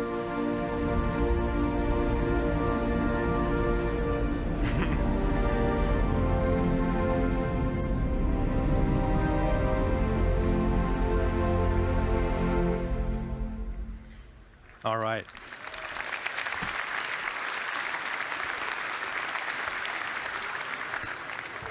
As you can see, right at the bottom of the central transit system leads to the lower areas.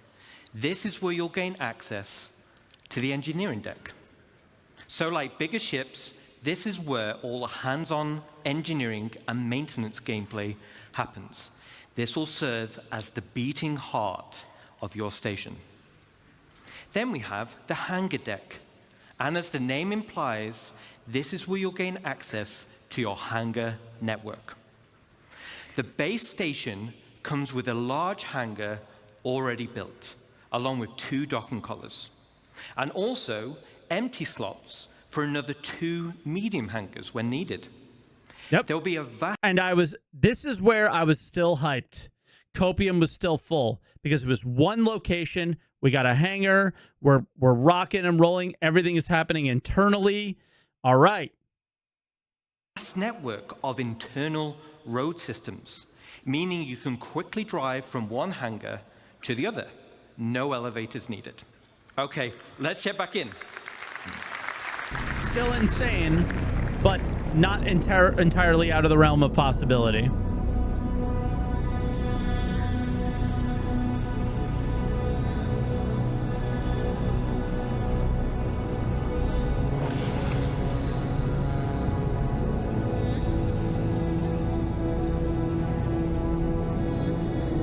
Yeah, but why is Eve able to do scale really well? Because they don't have this level of fidelity, and you're not in first person.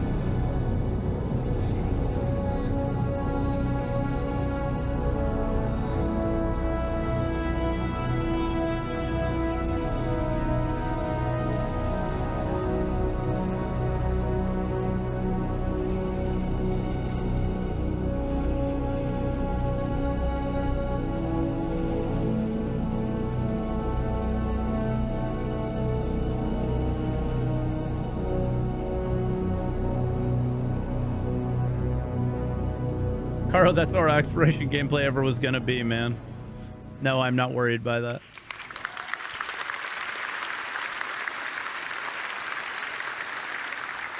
All right, so your station hangar will offer some enhanced logistics. For example, there'll be spaces for several freight elevators.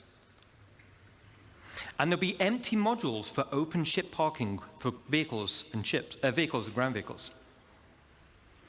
And there'll be also exit points where you can simply drive out into your station. Then there'll be also an upper level for the observation deck. From the observation deck, you'll have a control room. And from here, you'll have master control over the freight elevators and the vehicle elevators. This means that even before someone has landed, their new cargo can be up into the hangar and ready to be loaded up. Now, I mean, you could do that with the current hangars by just being there waiting. It's a two-person job then, no matter what. What? Everything That's we've already spoken possible. about so far is what comes with your station. Let's talk about what you can do to expand it. As I mentioned before, This the is where they station lost comes me. with a predetermined interior network Kind of of. corridors and Maybe roads. not yet. And in this network, you'll find an array of bulkhead connectors. Bulkhead connectors will come in tiers 1 to 3, which drives the size of room you're able to build. In No, the no, interior this build isn't where mode, they lost me. Never this mind. is where you start to expand. the Interior interior builds of your I'm station. with.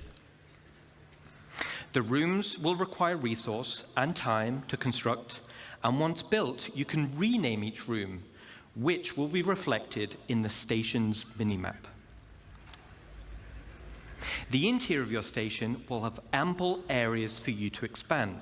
Oh, that's another good question. Somebody said, I'll believe this to happen once they make Stanton stations like this. Yep. Stanton stations have to look like this in order for us to believe this can happen. The NPCs have to have it before we do. You can build generic empty rooms. Then I believe it. And you can fill with items to your heart's content. But let's all remember, how does CIG put stress on their servers to test?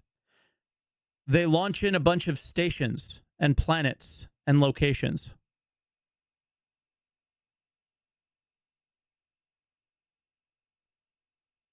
If we could put these wherever, how will the servers be able to handle this number of entities? You can also build specialist rooms with a theme. They need to test all this before 1.0? Oh, you think this is coming for 1.0? This is not a 1.0 thing, is it? I guess it was in the 1.0 demo. Yeah, I mean, it's in the 1.0 talk, so you're not stupid for thinking about it at all.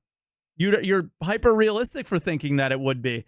My whole thought process here was like, there's no chance this comes in 1.0. But it's in the 1.0 panel, so it has to, technically, or it has to be part of the plan for it to. Theme and functionality is already set. I didn't even such put as two and two together. Or infirmaries, or generator rooms. And of course, there are shops. So similar to the small shops we built around the ground base, this is on a much bigger scale. But okay, but the shops are owned by us. Nice. That's just the interior. This is when they lost me. Let's talk about the exterior. On the exterior, when they started going too wide, hard points. These are attachment points located on the upper and lower surfaces of the station. Using build mode, you can customize your station with a variety of modules, which tailor it to specific functionality. Some modules cater towards resource collection, such as gas harvesters, while others are geared towards defense, like shields or turrets. This goes back to bridge operations of power management. A situation may arise where power priority is needed. Dun, dun, dun. Then we have major hardpoints. The core station module comes with 2 hardpoint connectors. Major hardpoints are used to connect substantial wing additions to your station. The first example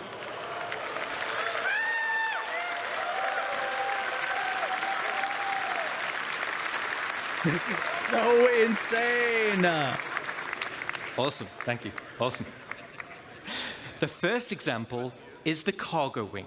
Listen, don't think I don't want this. I want this so bad. But everyone in there is thinking they're gonna have one of these, right?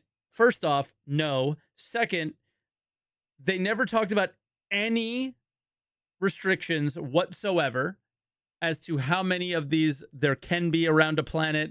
Nothing on the gameplay side of it. This is all art for now, from what I can see. They're explaining some gameplay things, but for the most part, it's a lot of art. And boy, do I want this. But boy, I don't understand the point right now. I don't get it yet. You're explaining the design work. You're not explaining the actual design, which is who gets to have these, how many of them do we get to have, and how far can we expand them? Those are the questions I have. You do explain why you would do some things, but I look at this and go, that's a lot of cargo boxes. That's a lot of hull Cs. That's a lot of caterpillars. Is this realistic? And for now, my brain goes no. And you guys at the company, Jake, because I'm responding to you, obviously, can feel and be excited and all that stuff. I don't want to take any excitement away from anybody. I can only speak on how I feel. And I just don't see it yet. I don't see it yet. So show it to me. Don't show me a concept image. Don't show me gray box art. Show it to me. And then I'll be excited. And that's it. All this is super cool. Just make it happen. That's the only answer I have, is we need to stop talking. Obviously, initially, you have to show and talk. Duh. And that's the stage that we're in. But don't expect me to cheer and woo girl like everybody at CitizenCon is doing if it's not something that's going to happen. I will absolutely let you cook. But I look at this and I go, no shot. But I hope I'm wrong. Cargo wing will dramatically increase your inventory capacity. Okay, there you go. It increases your inventory capacity. Well, why? And then the image is like, dude, there's thousands of players coming and going from my station. Who's getting this and taking this cargo? Where's it going? All that stuff. The gameplay has to inform the need for these things. So once again, I will remind everyone that CIG is potentially doing everything backwards, incorrectly, wrong, and so on, and are going to have to backtrack on all these things and figure out one that works before they actually have the gameplay, because they want to sell you on the idea before the idea is a reality, right? And that's the thing. Yeah, VOD's deleted. It's just unlisted. I had to. Sorry for anybody who's watching on Twitch. You will be able to see this react on YouTube. I just have to remove something. So this is ideal for orgs who are specializing in hauling. I leaked again. Then we have the refinery wing.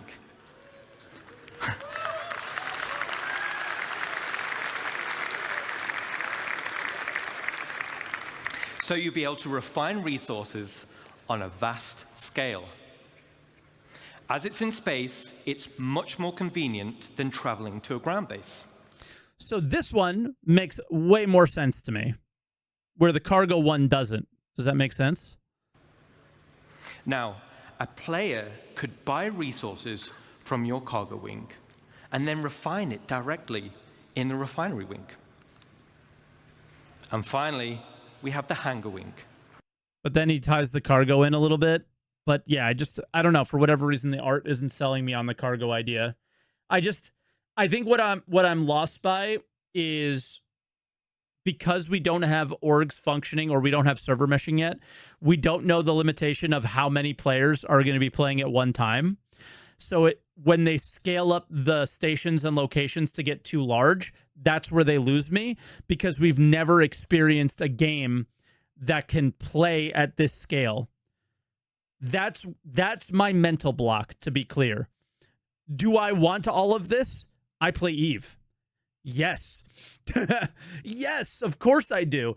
Do I get excited by all this? Yes, of course I do. But I have this mental block behind the idea of a 2,000 player shard does not do this, cannot do this, will not be able to do this.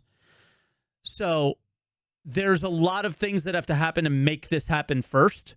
Make those things happen. Make me believe. Right? Make me believe Benoit. Make me believe Jake. Make me believe Torsten. Make me believe Chris Roberts and everybody. I want to believe, but I will not believe until it's possible. So the tech has to come first before the dreams can become a reality, obviously, right? But do I want these dreams? Do I think about this when I go to sleep at night? Yes, of course I do. Just like the rest of you. All right.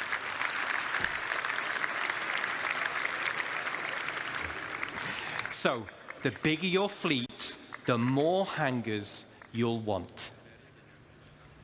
There'll be a variety of hangar sizes as well as docking collars to help organize your fleet's deployment. Ah, yes, organizing your fleet, All of major course, but of course. wings are connected via struts. And like the rest of the station, the struts are also internally traversable. Okay, so let's recap on the exterior expansion wings. Minor hardpoints give us options on how to collect resources or provide automated defenses for your base. Major hardpoints gives us options on how you can specialize your base. Let's jump back in game and see how our base is getting on.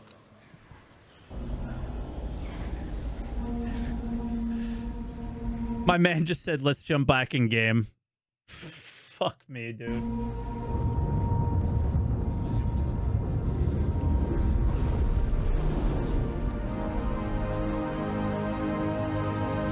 Air fresheners?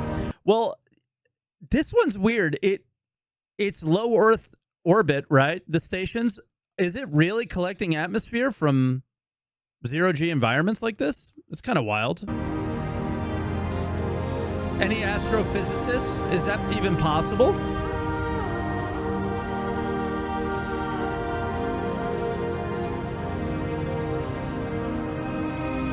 Earth, sure, buddy. We call LEO stations LEO, low Earth orbit, even though it's low planet orb, like LPO stations. It's just a definition in the game. Hydrogen, yes? Okay.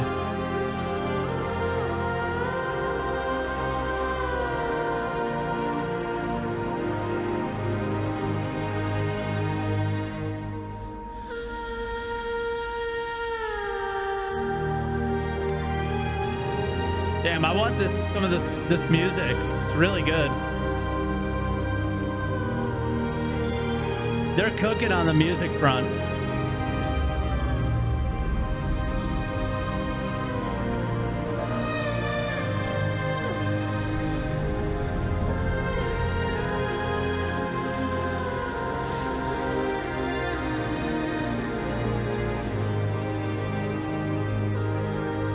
Now, to be clear, even at this point, they still had me believing that this might be possible.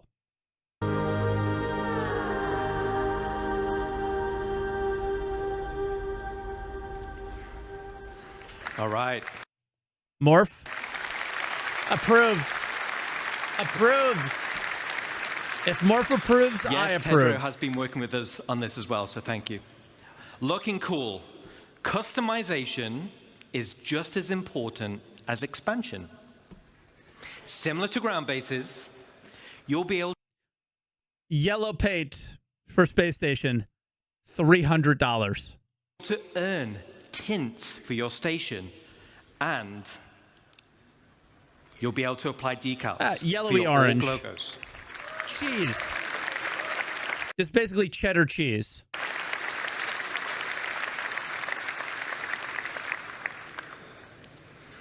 Outside of minor and major hardpoints, your station will come with two unique base expansion points. One on the top side behind the bridge, and one on the underside. Okay. The top side will be for the crow's nest. Now, all the other modules built so far have very specific functionality. This But one I'll does admit, too. This is for the org members out there who want the ultimate in personal space. This one is I want to appeal to the rich guy who lives at the top of the castle. This is internet dick expansion. Yeah. That's Montoya's office for test. Exactly. He will be posting his shorts from his crow's nest, telling everybody about the business of Star Citizen.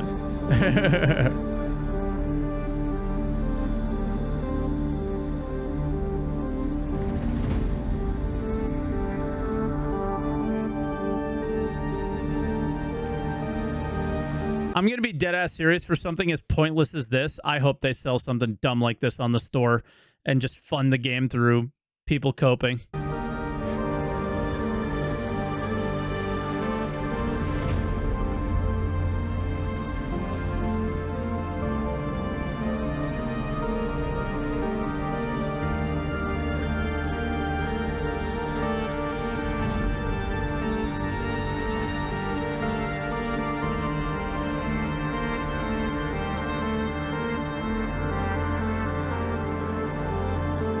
Imagine all the ERP. You know, I gotta start banning people, man. I gotta start banning people. All right.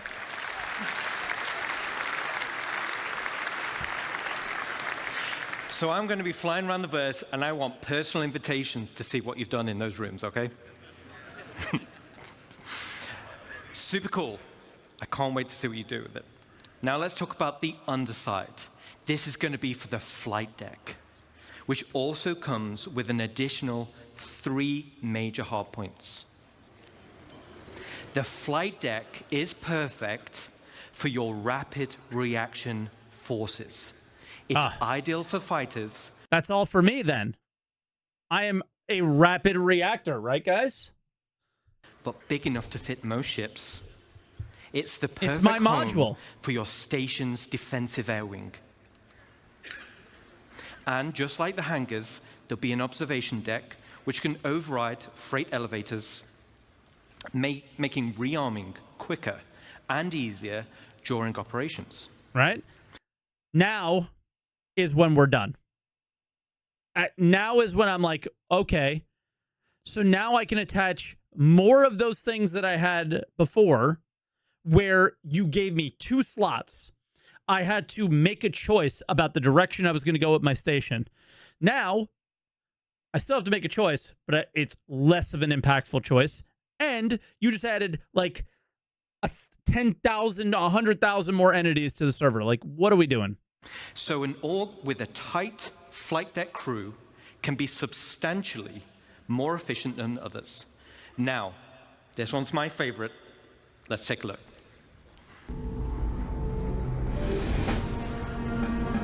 Also, like, no matter how big an org is, like, everyone's not online at the same time.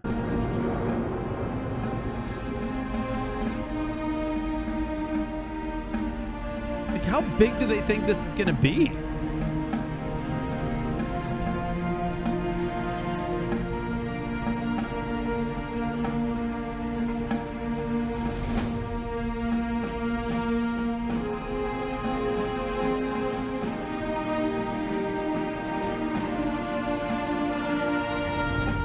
They're going to call you up like an Eve. I know, but...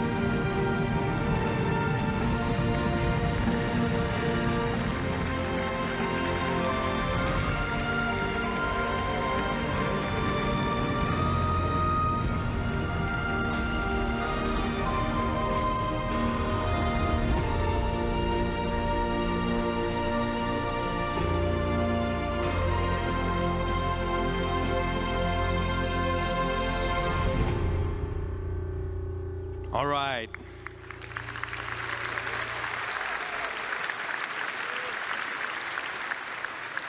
There's a few little Easter eggs in that video. But why do you need a flight deck for anybody your see any rapid Easter eggs? defenses force? Maybe Well, New Connie or something? If you've built your super awesome station in a super lawless system... The cargo stuff?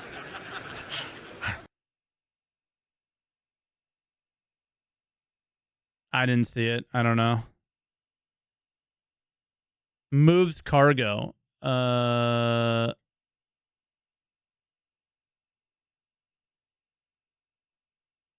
mean, we'll watch it again. Others.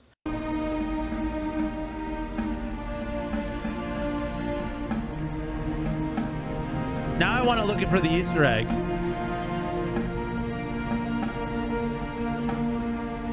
It's just Hornets for the most part, right?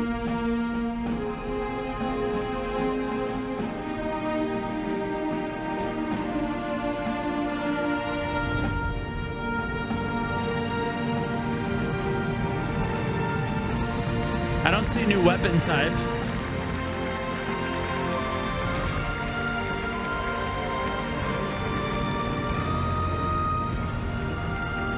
Connie looks the same.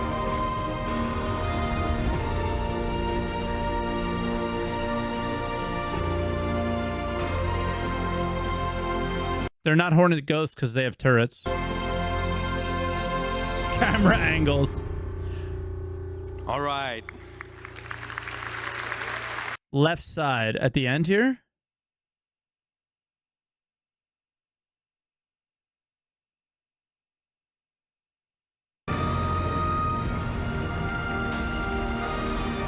Literally blind? The forklift. Okay.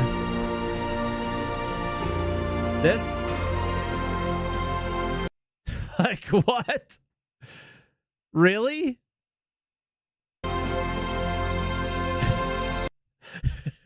He's riding a fucking, like a cat riding a robot vacuum. All right.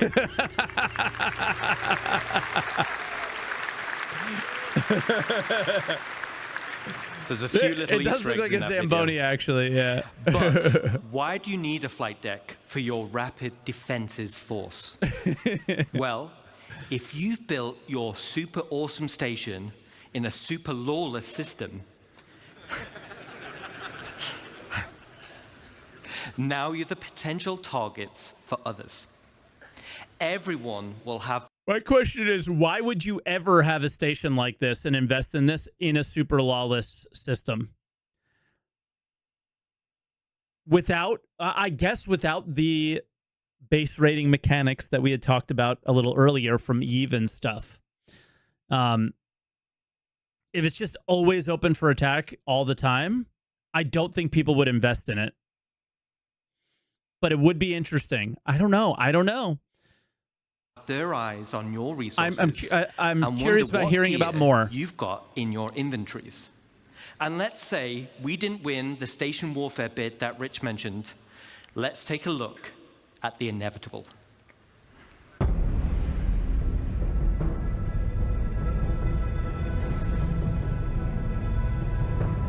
Yes. The Cutlass and Mustang are here to take over your giant space station.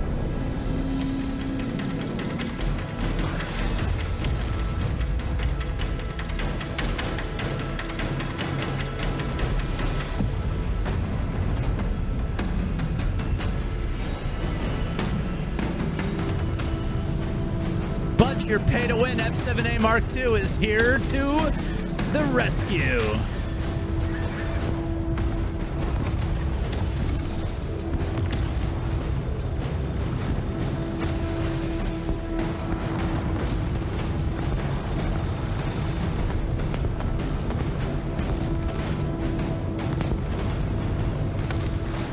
I read the low sec comment. I agree.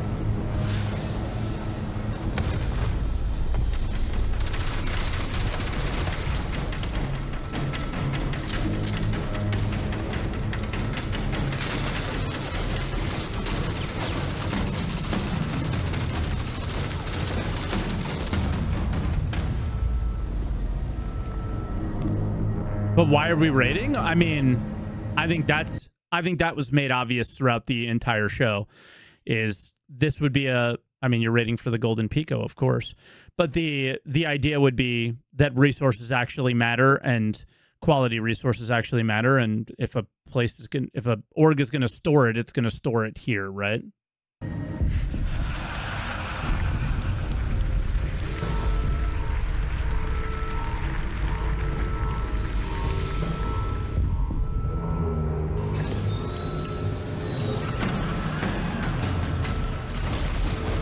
Oh, yeah.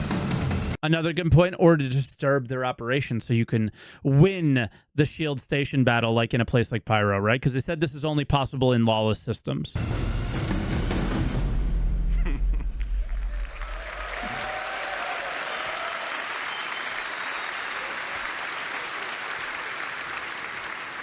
Okay, so not only is your station a staging area for offensive campaigns, it's so apparently the Easter eggs are really just the old Kickstarter videos.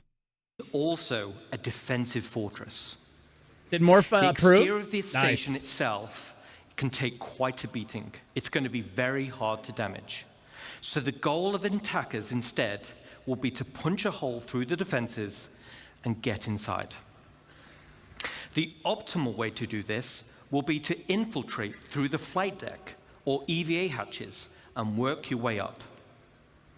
Once inside, yes, once inside and you've cleared out a hangar, you may also want to consider airlifting in a tank or two to clear some corridors. Yeah, I'm very curious about this. I'm going to read Artesius I can't say that name, but their message.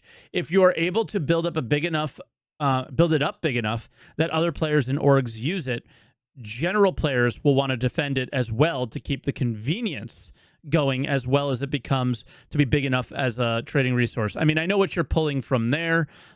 Everybody that has ever heard of anything around Eve probably has heard about like Tranquility Trade or whatever. And that's where all the major alliances in the game have an ownership in this station, and basically all agree to protect this one place from being destroyed for the sake of profit shared equally between them. Yeah, Tranquility Trade Tower, which was destroyed at one point, but now there's another one. So, yeah, except the agreement eventually broke down and was destroyed. But for a while, it held, and you had everybody defending that one location. What we don't know entirely is how that will all work, and the buying and selling of items at stations. And what we didn't really hear, and I never really got the vibe on, was that specifically was like marketplace trade. He did mention like the Moby-Glass in yesterday's episode as a thing, but we don't know the finer details on it, and I'm very curious about that. So, like, is something like making a space station like an economic hub of Stanton, for example, going to be a thing? And will the largest orgs all work together to build that station and allow that thing to be a thing and just tax people for using it or whatever? Or there might be in-game mechanics that specifically tax based on how much people are using, a la Eve again. But yeah, just very curious on all that stuff, and it will be very interesting. It will be very fun if that stuff is possible, but just want to hear more about it. Yeah, it was only for Moby-Glass advertisement, but yeah, the sales happen at the location. I stated that you should be able to buy from the Moby-Glass and then pick up at the location. And Jake sort of was like, that's not a bad idea. Let me pass that one along, and we'll see what happens with that. So, raiders will have to hack freight elevators or bulkheads in order to gain access. And of course, bring enough ships with them to start hauling out the loot. Gaining control of the bridge will allow access to storage, which would otherwise be unhackable. So, as a defender, there are a variety of automated defenses you're able to install internally within the station, such as blast doors, which seal shut, systems to but be what if I'm a breached, Jedi? and a range of turrets like anti-vehicle or anti-personnel. These will all help slow down the attack and give time for your reinforcements to show up. So let's do a final recap. This is one of the end game goals for dedicated orgs. And will be Wait, this isn't Star Wars? Oh, shit. your base of operations for system-wide activities. The station can be customized both in the interior and the exterior, meaning you can tailor it to your own requirements. And it's your very own home amongst the stars. But wait. Yeah. It just, But they wait. keep going. Just stop. Just stop. There's one more unique module we can build, Like, just stop. and that is the dry dock. Well, actually, no, don't stop here. The dry dock makes sense.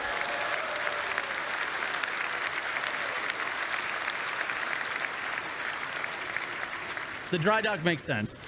My This bad. unique slot will be at the back of the station.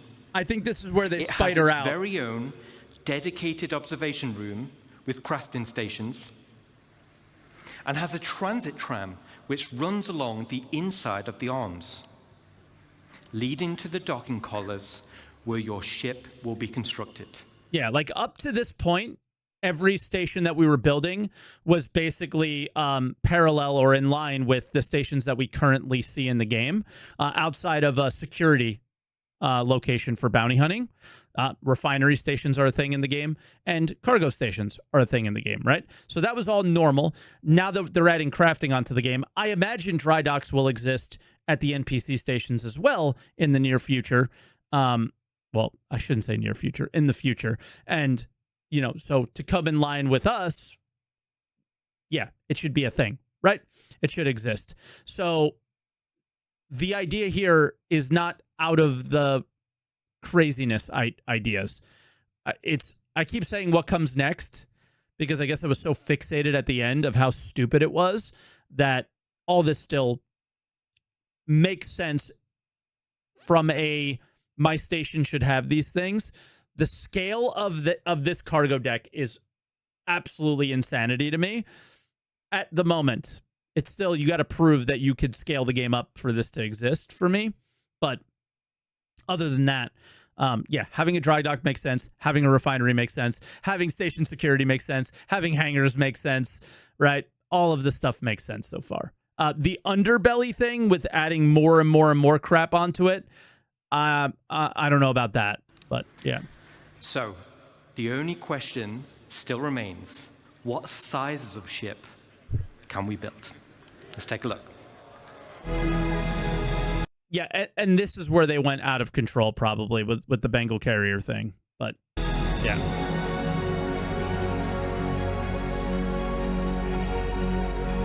You do need security, not in high sec.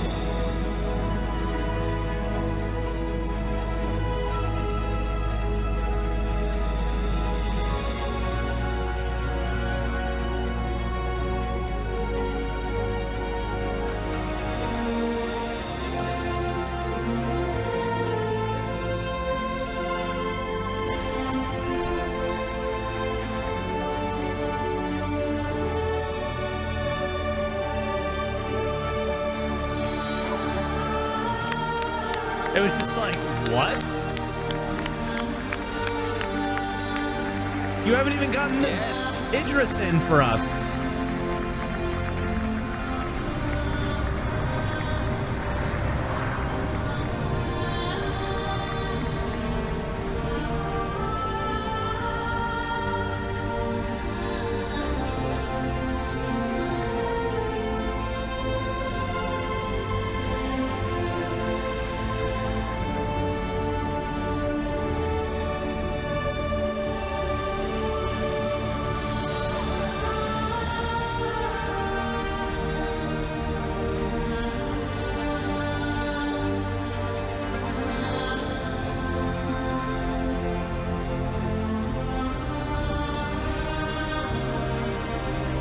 Yep. Stop.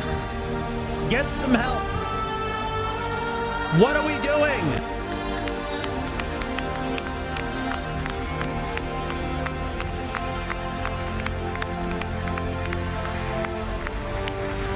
What are we doing?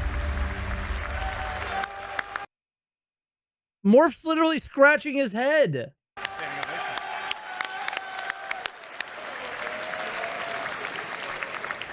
Thanks, Ian. So now we're talking. Multiple stations linking and dry docks to craft your very own capital ships. The ultimate end goal for any org. I don't see it being possible. I just don't see it being possible. They're going to have to prove that that's possible.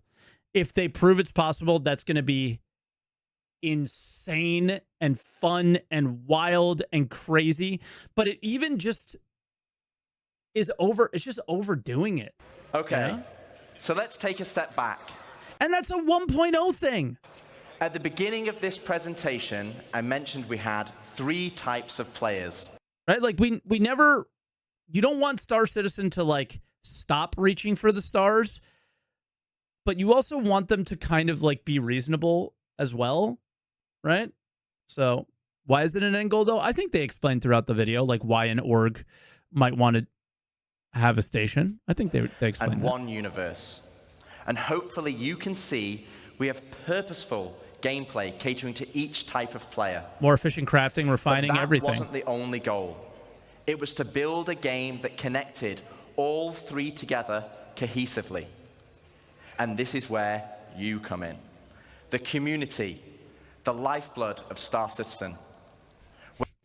Yes, this is where we come in. Please go to the pledge store. Otherwise, we're not going to be able to make any of this shit happen. Whether you're a PvE player delving for unique crafting blueprints, a non-combat player mining for high-quality resources, or building a base with your friends, or a PvP player fighting for your org in station warfare to protect your base, each one of you supports each other.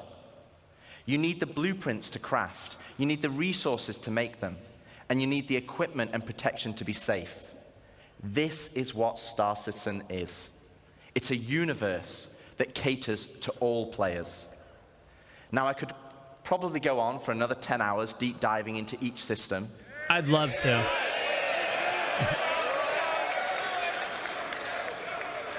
But I'd do Jared out of a job, and he needs future ISCs and SC Lives and CitizenCons. Today was to And CitizenCons, plural. reaffirm what type of game we are making.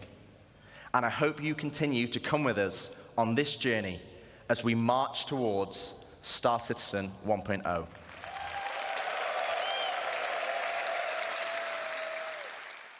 I mean, hey, I'm not hyped about a lot of that stuff.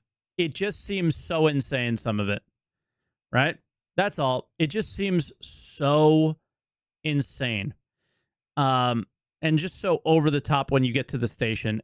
Everything else seemed totally realistic and doable and fun and exciting. I cannot wait for the station combat stuff in Pyro. I think that idea is so smart. And the fact that it resets weekly, it gives other people the opportunities to have the same thing. Little weirded out by the sharding stuff, and we'll see how that works. But yeah, the idea that Pyro has the best materials is really awesome as well. It just makes a lot of sense. They're making sense on paper. What they're not making sense with is it possible? Will it be fun when it's in game? That's where I'm a little bit unsure about, right? That's where I need them to start delivering on some of these 1.0 features and prove it that it's possible and prove that it could happen and prove that it's fun. And that's what we get to do for the next few years. I mean, basically, I told my wife, I think I have a job now, where I wasn't sure if I had a place anymore. Was after this CitizenCon, is this where the game dies? Is this where I decide that this game is not for me? Well, what they laid out on paper, this is the game for me, right? First and foremost. Second, somebody's got to hold them accountable to actually do this shit. And I don't know why it always gets fucking put on my lap, but nobody else yells at them or calls them out on their bullshit because they're scared or something. I don't know what it is.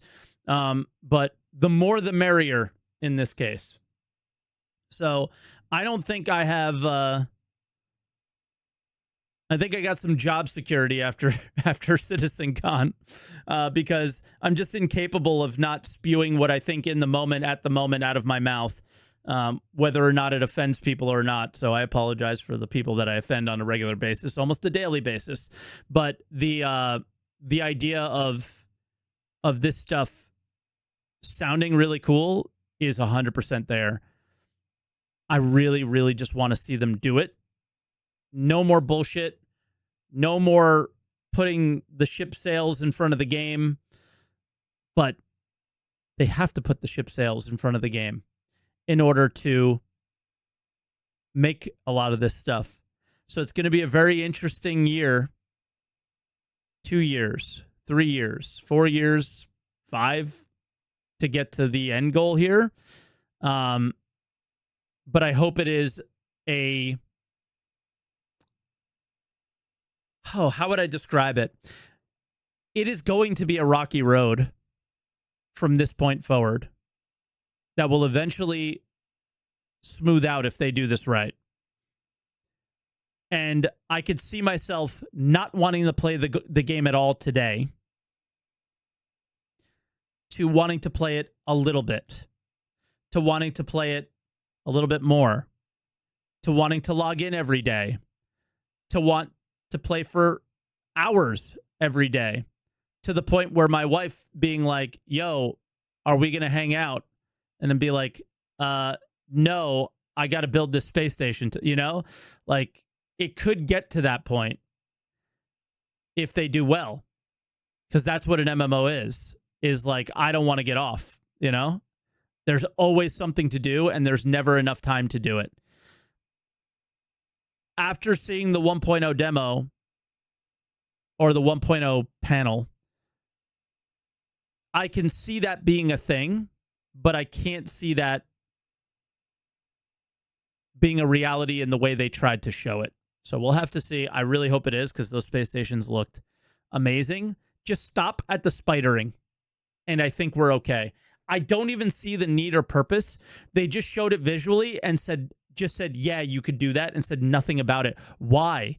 I think the why is more storage, more refining, more this, more ships, more that. I think orgs should be limited at some point, right? That's just me. But yeah, let me know what you guys think. Like alliances, all that. It's got to die down at some point. That's the problem with physicalizing everything. It gets a little weird at some point. You want to spawn a fleet of a few hundred ships. You're going to want a few hundred hangars to do it instantly. But at what cost to the game engine and to the game and to the servers? I don't know, man. So that seemed like it was a video that just didn't take into consideration server costs whatsoever, right? So we'll see what actually happens when these things are implemented. But in the end, I've never been more excited for Star Citizen. I've never been more excited to want to jump in game and start building my org structure from my on paper how we're going to play standpoint. But prove it. That's the theme from now on. Prove it. You have to stop. They no longer have to prove they understand what a fun game is. They have to prove they can do it now. And it starts with server meshing, and it builds out from the game design after that. So prove it with 4.0, and prove it with the gameplay in Pyro, and then build on that month after month after patch from there. It's not going to be a bang, I prove it in one patch. It's going to be really slow, and it's going to be hard to notice, I think. But I'll be here for the whole ride. I'm not going anywhere for the people who don't like me. I'm going to stay right here, and you're going to have to listen to this annoying, raspy, lispy, garbage streamer for a really long time, I think. Yeah, I'm excited. It makes me excited. I'm not going anywhere. And if anything, I'm finally excited to jump in game for the first time, right? See what happens.